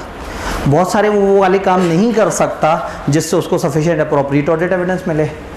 तो अगर हालात का मसला हो, मैनेजमेंट का मसला हो, या ऑडिटर के अपने प्रोसीजर की इनहेरेंट लिमिटेशन हो, इन सारों में आपको sufficient appropriate audit evidence miss हो जाता है। Inability does not constitute a limitation अगर auditor's able to obtain sufficient appropriate audit evidence by, वो एक्सेस नहीं कर पा रहा था, वीपीएन लगा लेता, वीपीएन लगा लेता तो वो उस पोर्टल को एक्सेस कर पाता जहाँ पे इनका सारा इन्फॉर्मेशन सिस्टम पड़ा हुआ था। तो इस तरह से जैसे अगर आपको किसी भी टाइम पे इन दिनों हमारा पोर्टल एक्सेस करते हुए कोई प्रॉब्लम आए तो आपने वीपीएन लगा लेना है, क्योंकि गवर्नमेंट पीछे से ना बड़े अजीब अजीब से तजर्बे कर रही है और वो सारे तजर्बे इंटरनेट से कनेक्ट होते हैं। और आप सब लोग भी जब लेक्चर को एक्सेस करते हैं तो ऑब्वियसली आप किसी ना किसी सर्वर तक रीच कर रहे होते हैं, वो हमारे पास यहाँ थोड़ी पड़ी हुई होती हैं वीडियोज़। तो ऐसे में अगर कभी दिक्कत आ रही हो, स्लो चल रहा हो, डाउनलोड होने में मसला आ रहा हो या कुछ और, तो एक दफ़ा वीपीएन चला के देखिएगा, मोस्ट प्रॉब्ली वो प्रॉब्लम रिजॉल्व हो जाएगा। ये इन दिनों थोड़ी सी डिस्टर्बेंस चल रही है और ये beyond the control of entity है। तो अगर एक चीज़ नहीं मिली और आप किसी अल्टरनेट तरीके से ले सकते हैं तो वो स्कोप लिमिटेशन नहीं है। तो दूसरा मसला स्कोप लिमिटेशन, पहला मसला मटेरियल मिसस्टेटमेंट। अब मटेरियल मिसस्टेटमेंट मटेरियल भी हो सकती है और बहुत मटेरियल भी हो सकती है, जिसको हम कहते हैं परवेसिव। अगर मटेरियल मिसस्टेटमेंट मटेरियल है तो आप ओपिनियन देते हैं क्वालिफाइड ओपिनियन। ये मैप बहुत अच्छी तरह से पता होना चाहिए कि पेपर में हम एक सिचुएशन देखें और सिचुएशन देख के हम सही जगह पर पहुंच सकें कि इसका क्या सलूशन होगा। तो मटेरियल के केस में ओपिनियन क्या होगा? क्वालिफाइड। क्वालिफाइड का मतलब आप कहेंगे except for this issue financial statements are giving, आपके सारे फाइनेंशियल सही हैं लेकिन किसी एक एरिया में एक मटेरियल मसला आ गया, तो आपने कहा सिवाय उस वाले इशू के financial statements are giving true and fair. तो आपने पूरे फाइनेंशियल्स पे भी कीचड़ नहीं फेंकी और उस इशू को अलग से हाईलाइट भी कर दिया, तो इसको हम कहते हैं क्वालिफाइड ओपिनियन। अगर मसला हो परवेसिव किस्म का, परवेसिव आया तो परवेसिव की लगी हाथों डेफिनेशन भी देख लेते हैं। परवेसिव जो किसी एक आध एरिया का मसला ना हो बल्कि पूरे फाइनेंशियल्स का मसला हो, और अगर एक एरिया का मसला हो तो एरिया फाइनेंशियल का सब्सटेंशियल पोर्शन हो। और अगर हम डिस्क्लोजर की बात करें तो वो वाला डिस्क्लोजर जो यूजर्स के लिए फंडामेंटल है उसमें मसला हो। तो परवेसिव कहेंगे ऐसी चीज़ जो फाइनेंशियल्स पूरे पे छा जाए, या अगर किसी एक एरिया की चीज़ है तो वो एरिया पूरे फाइनेंशियल का मेजर एरिया हो, या अगर डिस्क्लोजर है तो वो बड़ा इंपॉर्टेंट डिस्क्लोजर हो, जैसे गोइंग कंसर्न का डिस्क्लोजर, जैसे एंटिटी का नाम। पूरे फाइनेंशियल सही बने हुए, बस एंटिटी का नाम नहीं लिखा हुआ कि किस कंपनी के फाइनेंशियल्स हैं, तो फाइनेंशियल्स तो बेकार हो गए। तो परवेसिव कहते हैं किसी संगीन लेवल के मसले को। तो अगर मसला संगीन लेवल का हो, मटेरियल मिसस्टेटमेंट, उन्होंने झूठ बोला है, अकाउंट्स गलत बनाए हैं, और किस लेवल पे गलत बताए हैं? परवेसिव लेवल पे, यानी कि फाइनेंशियल्स का एक बहुत बड़ा एरिया। मैं अक्सर रेगुलर क्लास में एग्जांपल देता हूँ मटेरियल और परवेसिव की, कि फॉर एग्जांपल एक कंपनी के 100 मिलियन के एसेट्स हैं और 11 मिलियन के एसेट्स की ट्रीटमेंट सही नहीं हुई हुई, तो मैं कहूँगा ये तो क्वालिफाइड मसला है, मटेरियल लेवल का मसला है। मैं कहूँगा सिवाय उन 11 मिलियन के एसेट में वो जो प्रोविजन का मसला है financial statements are giving true and fair. और अगर मैं कहूँ कि 100 मिलियन के एसेट्स में से 88 मिलियन के एसेट्स में मसला है, उनकी रिकग्निशन गलत हुई हुई है, तो पीछे बचा ही कुछ नहीं है, तो मैं ओपिनियन दे दूंगा एडवर्स। एडवर्स ओपिनियन ये होगी कि financial statement do not give true and fair way, financial statement साफ नहीं बने हुए। तो मटेरियल में स्टेटमेंट मटेरियल भी हो सकती है और परवेसिव भी। अगर स्कोप लिमिटेशन की बात करें तो वो भी मटेरियल हो सकती है। स्कोप लिमिटेशन के मटेरियल में भी हम क्वालिफाइड ओपिनियन देते हैं और इसके मटेरियल में भी हम क्वालिफाइड ओपिनियन देते हैं, लेकिन अल्फाज का फ़र्क है। स्कोप लिमिटेशन में अब उसी एग्जांपल को लेके चलते हैं। वो 100 मिलियन में से 11 मिलियन के एसेट जिस जगह पड़े हुए थे, आप जब उसे चेक करने गए तो पता लगा जी वो फैज़ाबाद पे धरने जा रही हैं, इस्लामाबाद में जो है वो कर्फ्यू लगा हुआ है और फलाना इस तरह से हुआ है, तो अगले कई दिन तक आप एंटर होके नहीं वेरीफाई कर सकते, और आप नहीं कर सके वेरीफाई। 89 मिलियन के एसेट्स आपने वेरीफाई कर लिए हैं, लेकिन 11 मिलियन के कर नहीं सके। अब आप ये नहीं कह सकते कि 11 मिलियन के गलत हैं एसेट्स, और ये भी नहीं कह सकते 11 मिलियन के सही है एसेट। तो आप क्वालिफाइड ओपिनियन देते हैं except for the possible effects of वो वाला मसला। आप कहते हैं सिवाय इस मुमकिन इशू के जो उन 11 मिलियन के एसेट में हो सकता है, फाइनेंशियल स्टेटमेंट्स आर गिविंग। दोनों में फ़र्क है। यहाँ आपको प्रॉब्लम नज़र आ गया है मटेरियल लेवल का, वहाँ मटेरियल लेवल का एविडेंस तक नहीं पहुँच पा रहे। मिलेगा तो हो सकता प्रॉब्लम ना हो उसमें, तो मैं उसे सही भी नहीं कह सकता, गलत भी नहीं कह सकता। लेकिन अगर यहाँ परवेसिव लेवल का मसला आ गया, आप याद करें 210 ने कहा था कि अगर आप एक ऑडिट एक्सेप्ट करें और वहाँ इतनी बड़ी स्कोप लिमिटेशन हो कि ऑडिट ही ना हो सके तो क्या करें, विड्रॉ कर लें। तो पहली कोशिश करें कि आप विड्रॉ करें, लेकिन अगर बात बहुत आगे तक जा चुकी है, विड्रॉ करना पॉसिबल नहीं है, लॉ ने आपको रोक दिया या प्रैक्टिकेबल नहीं है, बहुत ज़्यादा ऑडिट गुजर गया, तो मजबूरन दे दें डिस्क्लेमर ऑफ ओपिनियन। अब वही वाली बात है कि फाइनेंशियल स्टेटमेंट्स का हम ऑडिट करने चले थे और 88 मिलियन के जो फाइनेंशियल स्टेटमेंट्स थे उनका जो ओनरशिप डॉक्यूमेंट है वो मुल्क से बाहर है, और मुल्क से बाहर आपको इजाज़त नहीं है जाने की, या मुल्क से बाहर वाला आपके ख़त का जवाब नहीं दे रहा। जब तक वो जवाब नहीं देगा हमें इस 88 मिलियन आउट ऑफ 100 मिलियन की ओनरशिप पे कंफर्म नहीं होगा। तो एक ऐसा इदारा है जिसके 100 मिलियन के एसेट्स में से 88 मिलियन इसके हैं या नहीं, अभी तक ये भी मशकूक है। क्या ओपिनियन दूँ? क्या ये कह दूँ कि ये झूठे लोग हैं? उन्होंने ख़त जवाब नहीं दिया, हो सकता है जवाब आए तो वो सच कह रहे हो, तो नहीं ये ख़राब है ना ये ठीक है। तो फिर कह दूँ एक्सेप्ट फॉर बस वो 88 मिलियन के assets financial statements are giving, ये भी नहीं कर सकते, डिस्क्लेमर देना पड़ जाता है। We do not form any opinion. भाईजान हम कोई ओपिनियन देने से ही कासिर हैं, हालात व वाक़यात इतने ख़राब हो गए हैं कि हम किसी ओपिनियन तक नहीं पहुँच पा रहे, तो ऐसे में हम डिस्क्लेमर देते हैं। किताब से पूछे तो यहाँ थोड़ी सी डिस्कशन उन्होंने स्कोप लिमिटेशन पे की है। अगर स्कोप लिमिटेशन हो तो मैनेजमेंट ऑडिटर को चाहिए कि मैनेजमेंट से कहे कि भाई ये लिमिटेशन ख़त्म कर दो। अगर मैनेजमेंट रिफ्यूज़ कर दे ख़त्म करना तो दोस्त चावत गवर्नेंस को शिकायत लगाएं और अल्टरनेट प्रोसीजर्स लगाएं। अगर ऑडिटर स्टिल उनसे शिकायत करने या अल्टरनेट प्रोसीजर के बाद भी एविडेंस हासिल नहीं कर पा रहा और इफेक्ट परवेसिव है तो कोशिश करें कि पहले विड्रॉ कर लें अगर प्रैक्टिकेबल और पॉसिबल हो। लेकिन समटाइम पॉसिबल नहीं होता, लॉ आपको रोक देता है। एससीसीपी ने आपको पॉइंट किया है, आप कहते हैं मैंने ऑडिट छोड़ना, वो कहता है भाई इतनी मुश्किल से तो एक ऑडिटर हाथ आया, मत छोड़ो, डिस्क्लेमर दे देना, कोई बात नहीं। तो अगर पॉसिबल नहीं है तो डिस्क्लेमर देना पड़ेगा।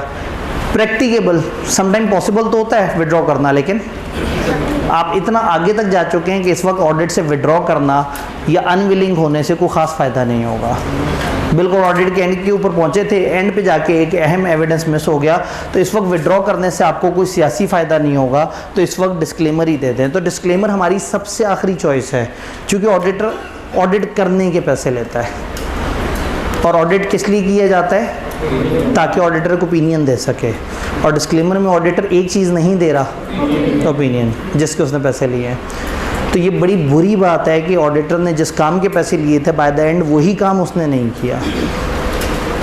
तो ऑडिटर कभी ऐसा नहीं चाहेगा कि लोग उसके ऊपर इल्ज़ाम लगाएं कि कितना गलत ऑडिटर है, पैसे ले के भी ओपिनियन नहीं दिया। तो अगर कभी इतनी संगीन सिचुएशन होगी तो पहले वो कोशिश करेगा विड्रॉ करने की, लेकिन अगर विड्रॉ करना प्रैक्टिकेबल एंड पॉसिबल ना हुआ, पॉसिबिलिटी का ताल्लुक लीगल पॉसिबिलिटी से है, प्रैक्टिकेबिलिटी का ताल्लुक नॉर्मली स्टेज ऑफ कंप्लीशन से होता है कि उस वक्त जब बहुत ही आगे चली गई तो उस वक्त विड्रॉ करने से भी कोई ख़ास फ़ायदा नहीं होगा। अगर ये दोनों के दोनों पॉसिबल नहीं है तो फिर मजबूरन क्या करें? डिस्क्लेमर दे दें। अब आपने अपनी रिपोर्ट में जो चेंजेस लेके आए वो ये सारी चेंजेस हैं। ये ओवरऑल मैप आपकी मॉडिफाइड रिपोर्ट मॉडिफाइड ओपिनियन की वजह से या मटेरियल में स्टेटमेंट था या इनेबिलिटी थी। मटेरियल हो तो ये ओपिनियन था, परवेसिव है तो ये ओपिनियन, ये मटेरियल था तो ये ओपिनियन, और परवेसिव था तो ये ओपिनियन। अब स्टैंडर्ड बताएगा कि हमारी रिपोर्ट पे क्या क्या फ़र्क पड़ेगा। सबसे पहला फ़र्क पड़ेगा हमारे ओपिनियन। अभी 700 की रिपोर्ट पड़ी थी, उसकी रिपोर्ट में हमारा ओपिनियन बदल जाएगा। ओपिनियन की हेडिंग हो जाएगी क्वालिफाइड, डिस्क्लेमर, फलाना फलाना, और अल्फाज क्या होंगे क्वालिफाइड ओपिनियन के? एक्सेप्ट फॉर द इफेक्ट या except for the possible effect of matter described in basis for opinion. नीचे वही दो पैरा हैं जो हमने पीछे पढ़े हुए हैं ओपिनियन के। एडवर्स में आप कहेंगे because of significance of matter described in basis for adverse opinion financial statement do not present fairly या have not been prepared. Negative words हो गए, पीछे वाले पॉजिटिव थे, हैव बीन प्रिपेयर्ड या giving true and fair view, negative हो जाएगा। Disclaimer के अल्फाज नहीं है, आप कहेंगे हम कोई ओपिनियन नहीं दे रहे, सिग्निफिकेंस ऑफ मैटर की वजह से हम एविडेंस हासिल कर ही नहीं सके, हालांकि हम तो ऑडिट करने आए थे। तो आप बताते मैंने ओपिनियन नहीं दिया क्योंकि मुझे सफिशिएंट अप्रोप्रिएट ऑडिट एविडेंस नहीं मिला, हालांकि मैं तो ऑडिट करने आया था। ये स्टैंडर्ड की तरतीब है, लेकिन अगर इसको समझना हो तो उसको हम रिवर्स पढ़ सकते हैं। मैं तो ऑडिट करने आया था, मैं सफिशिएंट अप्रोप्रिएट ऑडिट एविडेंस तक नहीं पहुंच सका, इसलिए मैं कोई ओपिनियन नहीं दे रहा। तो पहला फ़र्क आ गया ओपिनियन के अंदर। अगला फ़र्क आएगा बेसिस फॉर ओपिनियन, उसके अल्फाज भी बदल जाएंगे, वो बन जाएगा basis for qualified, basis for adverse या बेसिस फॉर फिर उसके अंदर डिस्क्रिप्शन आएगी उस मैटर की कि मामला क्या है, मैं रिपोर्ट क्यों ख़राब कर रहा हूँ जी, इन्वेंट्री का मसला था जी, IS2 का मसला था, IS37 का मसला था। आप उसकी डिस्क्रिप्शन देंगे, क्वांटिफिकेशन देंगे। अगर आप रुपए पैसे बता सकते हैं ना कि कितने रुपए का मसला है तो वो भी बताएंगे। नहीं बता सकते तो कहीं भाई मुझे भी क्वांटिफिकेशन नहीं पता लेकिन मसला बड़ा संगीन नौइयत का है। अगर डिस्क्लोजर का मसला है तो आप वो डिस्क्लोजर डिस्कस करेंगे और बताएंगे कि कौन सा डिस्क्लोजर उन्होंने ओमिट किया है। वो डिस्क्लोजर आप खुद देंगे, लेकिन आपको पहले मैनेजमेंट से पूछना पड़ेगा कि वो डिस्क्लोजर मुझे दो, क्योंकि डिस्क्लोजर बनाना उनकी ज़िम्मेदारी है, मेरी ज़िम्मेदारी नहीं है। तो मैं उनसे डिस्क्लोजर लेके उसमें डाल दूंगा। और अगर डिस्क्लोजर बहुत लंबा चौड़ा हुआ तो मैं रिपोर्ट में नहीं डालूंगा, मैं बता दूंगा कि फ़लाना स्टैंडर्ड का वो वाला बहुत बड़े वाला डिस्क्लोजर इन्होंने मिस कर दिया है। अगर एडवर्स ओपिनियन या डिस्क्लेमर ऑफ ओपिनियन हो और उसी फाइनेंशियल्स में एक बड़े लेवल का मसला और भी हो, मुझे एक मसला नज़र आया 88 मिलियन का जिसकी वजह से मुझे डिस्क्लेमर देना है, लेकिन मुझे एक और 11 मिलियन का मसला नज़र आया जिसकी भी वजह से मैं क्वालिफाइड ओपिनियन देता, तो कौन सी ओपिनियन दें? बड़ी वाली। डिस्क्लेमर या एडवर्स बड़ी वाली ओपिनियन है और क्वालिफाइड, तो ओपिनियन तो दें बड़ी वाली, लेकिन छोटे इशू को पी नहीं जाना। बेसिस फॉर मॉडिफिकेशन में उस अकेले इशू का भी जिक्र करना है जो अपने अंदर इस काबिल था कि अगर आप डिस्क्लेमर ना भी देते तो भी आपने रिपोर्ट साफ तो नहीं देनी थी।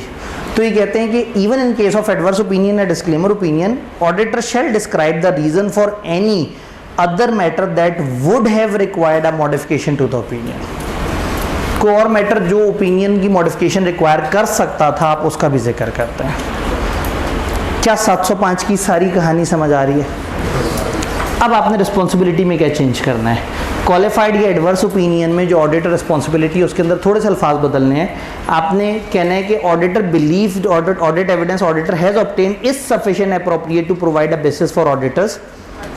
क्योंकि पहले आप क्या कहते थे, हमने इतना सफिशिएंट अप्रोप्रिएट एविडेंस हासिल किया है कि हम साफ ओपिनियन दे सकें। अब आप कहेंगे हमने इतना सफिशिएंट अप्रोप्रिएट ऑडिट एविडेंस हासिल किया है कि हम ख़राब ओपिनियन दे सकें। अगर की ऑडिट मैटर हो और डिस्क्लेमर भी मौजूद हो तो क्या होगा? स्टैंडर्ड ने कहा कि आप दोनों इकट्ठे नहीं दे सकते, डिस्क्लेमर आ जाएगा, की ऑडिट मैटर खाया जाएगा। की ऑडिट मैटर और डिस्क्लेमर साथ साथ नहीं चल सकते। यहाँ लगे हाथों थोड़ी सी कनेक्टेड डिस्कशन भी कर लें। अगर रिपोर्ट ऑलरेडी ख़राब है और हम की ऑडिट मैटर भी देना चाह रहे हैं, अगर रिपोर्ट ऑलरेडी ख़राब है और हम की ऑडिट मैटर भी देना चाह रहे हैं, की ऑडिट मैटर तो साफ रिपोर्ट में नहीं आता था। की ऑडिट मैटर साफ इशू होता है बट साफ रिपोर्ट में भी आ सकता है, ख़राब रिपोर्ट में भी। अभी तक हमने अजम्पशन क्या ली थी? रिपोर्ट साफ है। अब अगर रिपोर्ट ख़राब हो और की ऑडिट मैटर भी डालना है तो की ऑडिट मैटर अपने अंदर भी तो एक अहम मैटर है। अब फ़र्ज़ करें आपका की ऑडिट मैटर इस दफ़ा कोई ना बन रहा हो और रिपोर्ट पे एडवर्स ओपिनियन डला हुआ हो, और की ऑडिट मैटर में आप पता है क्या लिख रहे हो? There is no important matter to discuss with you, और थोड़ा सा ही पीछे आपने कहा हो कि बकवास बने हुए फाइनेंशियल्स, तो अजीब सा हो जाएगा। तो आप कहेंगे सिवाय उस एडवर्स ओपिनियन के हमारे पास कोई की ऑडिट मैटर नहीं है। यानी अब आप इशारा दे देंगे कि हमारे पास तो नहीं है लेकिन एक बड़े वाले अंकल किसी और जगह पे मौजूद है। तो अगर आपकी रिपोर्ट ऑलरेडी ख़राब हुई हुई हो किसी वजह से और आपका की ऑडिट मैटर का पैराग्राफ है तो आपने बड़ा एहतियात करना है। की ऑडिट मैटर नहीं है तो कहना है उसके अलावा कोई इशू नहीं है। अगर की ऑडिट मैटर भी हो तो उसके अल्फाज लिखते हुए इतनी एहतियात करनी है कि कहीं यूज़र कंफ्यूज ना कर दे उसको उस ख़राब ओपिनियन के साथ। उधर आपने एडवर्स ओपिनियन दी और इधर एक मैटर को इतनी डिटेल से बताया कि यूज़र समझेगा कि शायद ऑडिटर को गुस्सा ही था तो एडवर्स ओपिनियन दिया, वरना तो उसको बहुत डिटेल से चीज़ें पता लग रही थी। तो डिस्क्लेमर में तो उन्होंने इजाज़त ही नहीं दी। आप एक तरफ कह रहे हैं कि मुझे कुछ नहीं पता लगा और एक तरफ आप कह रहे हैं मुझे बहुत कुछ पता है। तो डिस्क्लेमर और की ऑडिट मैटर इकट्ठे नहीं आएंगे और एडवर्स और की ऑडिट मैटर इकट्ठे आ सकते हैं, लेकिन अल्फाज बड़े ध्यान से रखने होंगे कि कहीं यूज़र मिसलीड ना हो जाए, वो फाइनेंशियल्स को ज़्यादा क्रेडिबल ना मान ले। ये बात समझ आई? एक छोटी सी एक्सेप्शन 705 की और यहाँ 705 ख़त्म हो जाता है। Material uncertainty. आपने डिस्क्लेमर ऑफ ओपिनियन तब देना होता है जब बहुत बड़े लेवल का ऑडिट एविडेंस आपको ना मिला हो। जब बहुत बड़े लेवल का ऑडिट एविडेंस आपको नहीं मिला तो आपने क्या करना है, डिस्क्लेमर दे देना है। लेकिन एक स्पेशल केस है, अगर आप ऑडिट करने जाएं और ऑडिट में मल्टीपल अनसर्टेनिटीज़ हो, बहुत ज़्यादा अनसर्टन इश्यूज़ हो, और वो अनसर्टन इश्यूज सारे के सारे आपस में कनेक्ट भी हुए हुए हों, अगर वो सारे के सारे आपस में कनेक्ट हुए हुए हैं और वो मल्टीपल अनसर्टेनिटीज़ हैं, और अगर वो इकट्ठे एग्जीक्यूट हो गए तो शायद कंपनी ही तबाह हो जाए। आप एक जगह गए, आपको पता लगा कि इस कंपनी के अंदर जो इन्वेस्टर्स हैं वो डरे हुए हैं, वो अपना पैसा वापस निकालना चाह रहे हैं। आपने पूछा क्यों निकालना चाह रहे हैं, उन्होंने कहा किसी भी वक्त गवर्नमेंट की तरफ से अगर नोटिफिकेशन आ जाए कि मुल्क डिफ़ॉल्ट हो गया तो वो अपने पैसे निकाल के चले जाएंगे। आपने कैसे कितने इन्वेस्टर हैं, उन्होंने कहा 12 में से 11। उनके पास कितनी इन्वेस्टमेंट है, 98.6%। क्या वो सारे भाग जाएंगे? उन्होंने कहा डिफ़ॉल्ट की आवाज़ ना आई तो एक भी नहीं भागेगा। आपने कहा अगर डिफ़ॉल्ट की आवाज़ आ गई उनका सारे भाग जाएंगे। तो ये मल्टीपल अनसर्टेनिटी है, लेकिन ये आपस में कनेक्टेड है। अगर एक अनसर्टेनिटी एक भी भाग गया सारे भाग जाएंगे, और अगर एक भी टिक गया कि सब सही है, तो ऐसे में आप अगर साफ ओपिनियन दें एवरीथिंग ओके और 2 दिन बाद कंपनी बंद हुई भी हो तो लोग कहेंगे ऑडिटर को समझ ही नहीं आया कि गोइंग कंसर्न तब हो रही थी। और अगर आप इस वक्त कहें इस कंपनी की गोइंग कंसर्न आउट हो रही है तो ये भी खतरनाक है। क्या वो भाग गए? पता नहीं डिफ़ॉल्ट होता है या नहीं होता मुल्क। तो अगर आप खुद ही से कहते हैं कि ये लोग भागने वाले हैं तो कहेंगे इतना तो हमें यकीन नहीं है अपने भागने पे जितना हमारे ऑडिटर को यकीन है। तो ऑडिटर फंस गया। वो ये भी नहीं कह सकता गोइंग कंसर्न आउट है, वो ये भी नहीं कह सकता फाइनेंशियल सही बने हुए हैं। स्टैंडर्ड ने उसे इजाज़त दी है भाई तुम डिस्क्लेम कर दो, तुमको मैं कोई ओपिनियन नहीं दे सकता, मामला बहुत ख़तरनाक होते जा रहे हैं। वो नहीं होता कई दफ़ा किसी बंदे से प्रेस कॉन्फ्रेंस में एक ख़तरनाक सा सवाल पूछ लेते हैं, वो उसका नेगेटिव जवाब भी नहीं देना चाहता और पॉजिटिव देने पे उसका दिल मानता नहीं है। तो वो कहते हैं जी आपका सवाल बड़ा अहम है, आगे चलते हैं, ठीक है। या इस वक्त करंटली मेरे पास इतना डाटा नहीं है कि मैं इसके बारे में कोई बेहतर सी राय दे सकूं, तो आप जान छुड़ाते हैं। तो ये वही जान छुड़ाना है। इन एक्सट्रीमली रेयर सर्कमस्टांसेस अगर मल्टीपल अनसर्टेनिटीज़ हो और ऑडिटर कंक्लूड करे कि ये पॉसिबल नहीं है कि ओपिनियन बनाए, क्योंकि interaction of uncertainties, potential interaction of uncertainties इतना ज़्यादा है और उनका टोटल जो इम्पैक्ट है वो इतना बड़ा है कि ऑडिटर घबरा जाता है। फिर वो क्या करता है, डिस्क्लेमर ऑफ ओपिनियन दे देता है। बात क्लियर है? तो हमने रेगुलर क्लास में इसकी एग्जांपल देखी थी कि एक रेस्टोरेंट से जो है वो एक बंदे ने केस किया हुआ है कि जिस रेस्टोरेंट से खाना खा के मेरे रिश्तेदार को फूड पॉइजनिंग हो गई फलाना तारीख को। एंड उसी तारीख का एक और केस भी है। पता लगा एक ऐसी तारीख है जिस पे 37 केस आए हुए हैं और सब के सब ये कहते हैं कि खाना सब स्टैंडर्ड था। अगर उस दिन ये एक भी केस हार गए ना खाने ख़राब क्वालिटी का, तो सारे केस हार जाएंगे, और सारे केस हार गए तो इदारा ख़त्म हो जाएगा। तो मल्टीपल अनसर्टेनिटीज़ हैं, आपस में कनेक्शन स्ट्रॉन्ग है, लेकिन अभी आप जीते या हारे नहीं है। तो मल्टीपल अनसर्टेनिटी का मतलब है कि ऐसी चीज़ जो अभी कंफर्म नहीं है, हो गई तो तबाही फेर देगी, नहीं हुई तो सब कुछ सही है। तो ऑडिटर डर के मारे क्या कर सकता है, डिस्क्लेमर दे दे। क्या ये मैप पूरा समझ आया? समझ आ ही नहीं सकता, पूरा तो अभी हुआ ही नहीं। अभी तो वो कुछ खाने रहते हैं। कहाँ के खाने रहते हैं? 706। ये कौन सा एरिया कहलाता है? Other modification. इसमें कुछ नेगेटिव नहीं है, कुछ बुराई नहीं कर रहे आप ये नहीं कह रहे अकाउंट्स में मसला है, आप ये नहीं कह रहे कि मुझे एविडेंस नहीं मिला, आप ये नहीं कह रहे मैं ओपिनियन नहीं दे रहा, सिवाय उसके मैं ओपिनियन नहीं दे रहा। आप कुछ एक्स्ट्रा हाईलाइट करना चाह रहे हैं। ये अकाउंट से रिलेटेड भी हो सकता है, ऑडिट से रिलेटेड भी। तो हो सकता है आप अपनी रिपोर्ट में उनके अकाउंट्स में मौजूद किसी चीज़ को इशारा करना चाहते हो या उसको हाईलाइट करना चाहते हो, तो आपके पास ऑप्शन है कि आप यूज़ करें एम्फेसिस ऑफ मैटर पैरा। और हो सकता है कि आप इशारा देना चाहते हो ऑडिट के किसी इशू की तरफ, तो आप डालेंगे अदर मैटर पैरा। तो साफ रिपोर्ट या ख़राब रिपोर्ट, दोनों में ये दोनों मैटर्स आ सकते हैं। ये मैटर डालने से ओपिनियन ख़राब नहीं होती, ओपिनियन ख़राब नहीं होती, लेकिन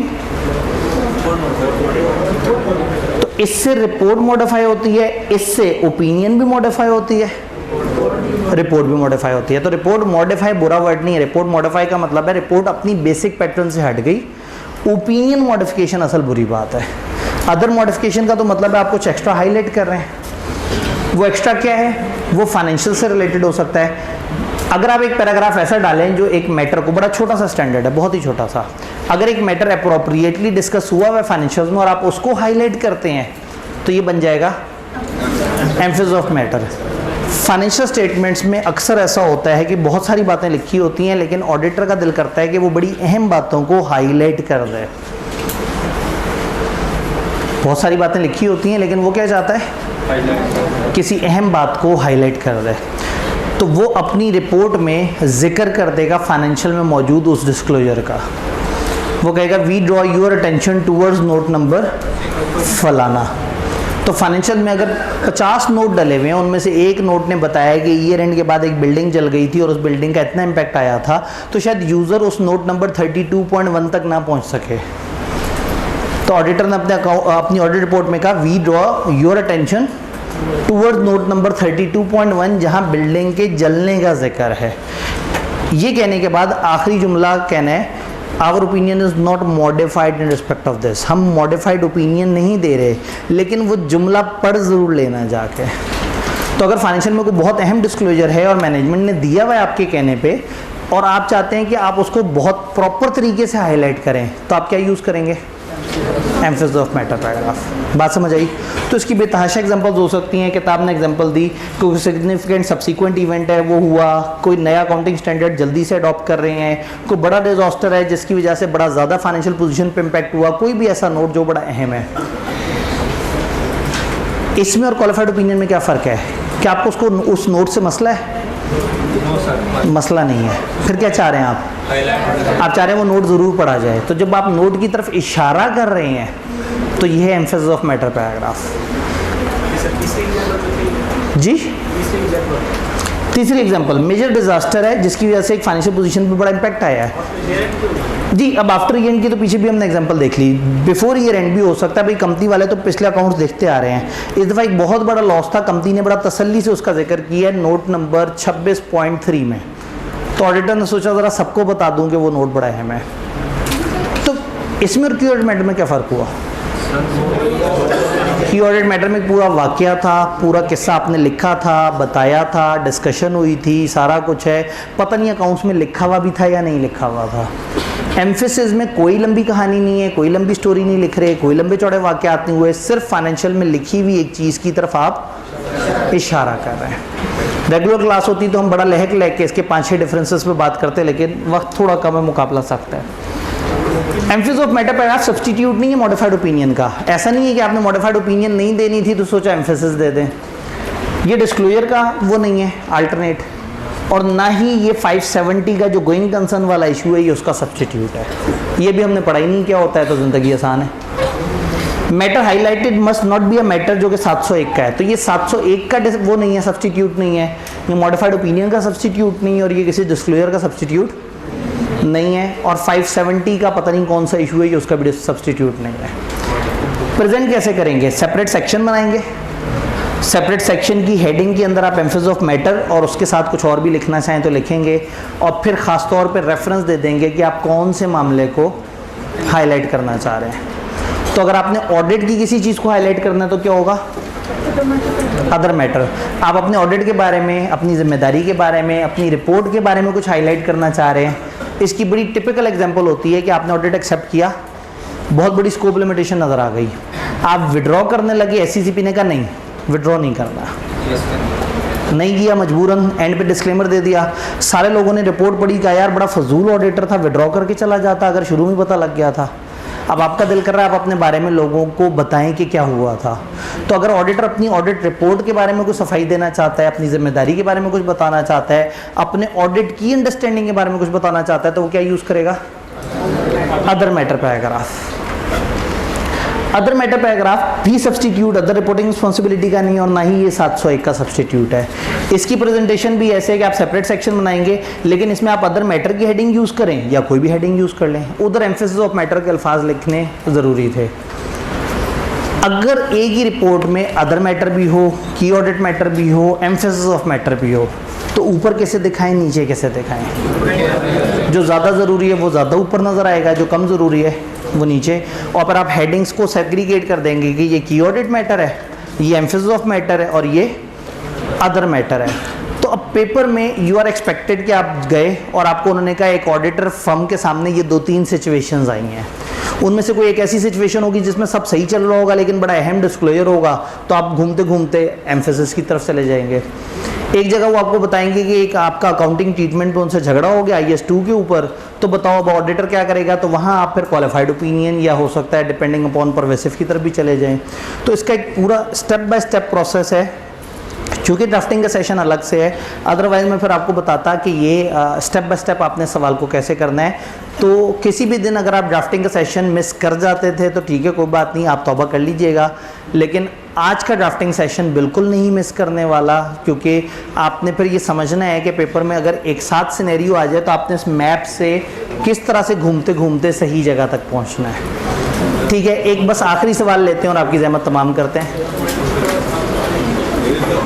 मल्टीपल अनसर्टेनिटीज में सिर्फ गोइंग कंसर्न नहीं, कई तरह के इशू हो सकते हैं, लेकिन नॉर्मली अनसर्टेनिटी गोइंग कंसर्न की तरफ लेके जा रही होती है। ठीक है जी, सवाल का आंसर हो गया। दूसरा सवाल जो है ना, अब अगर दोबारा मौका मिला तो देख लेंगे, क्योंकि अगले बच्चे भी मारेंगे। पहले खवातीन अगर निकल के जा सके, थोड़ा सा अगर हम एहतराम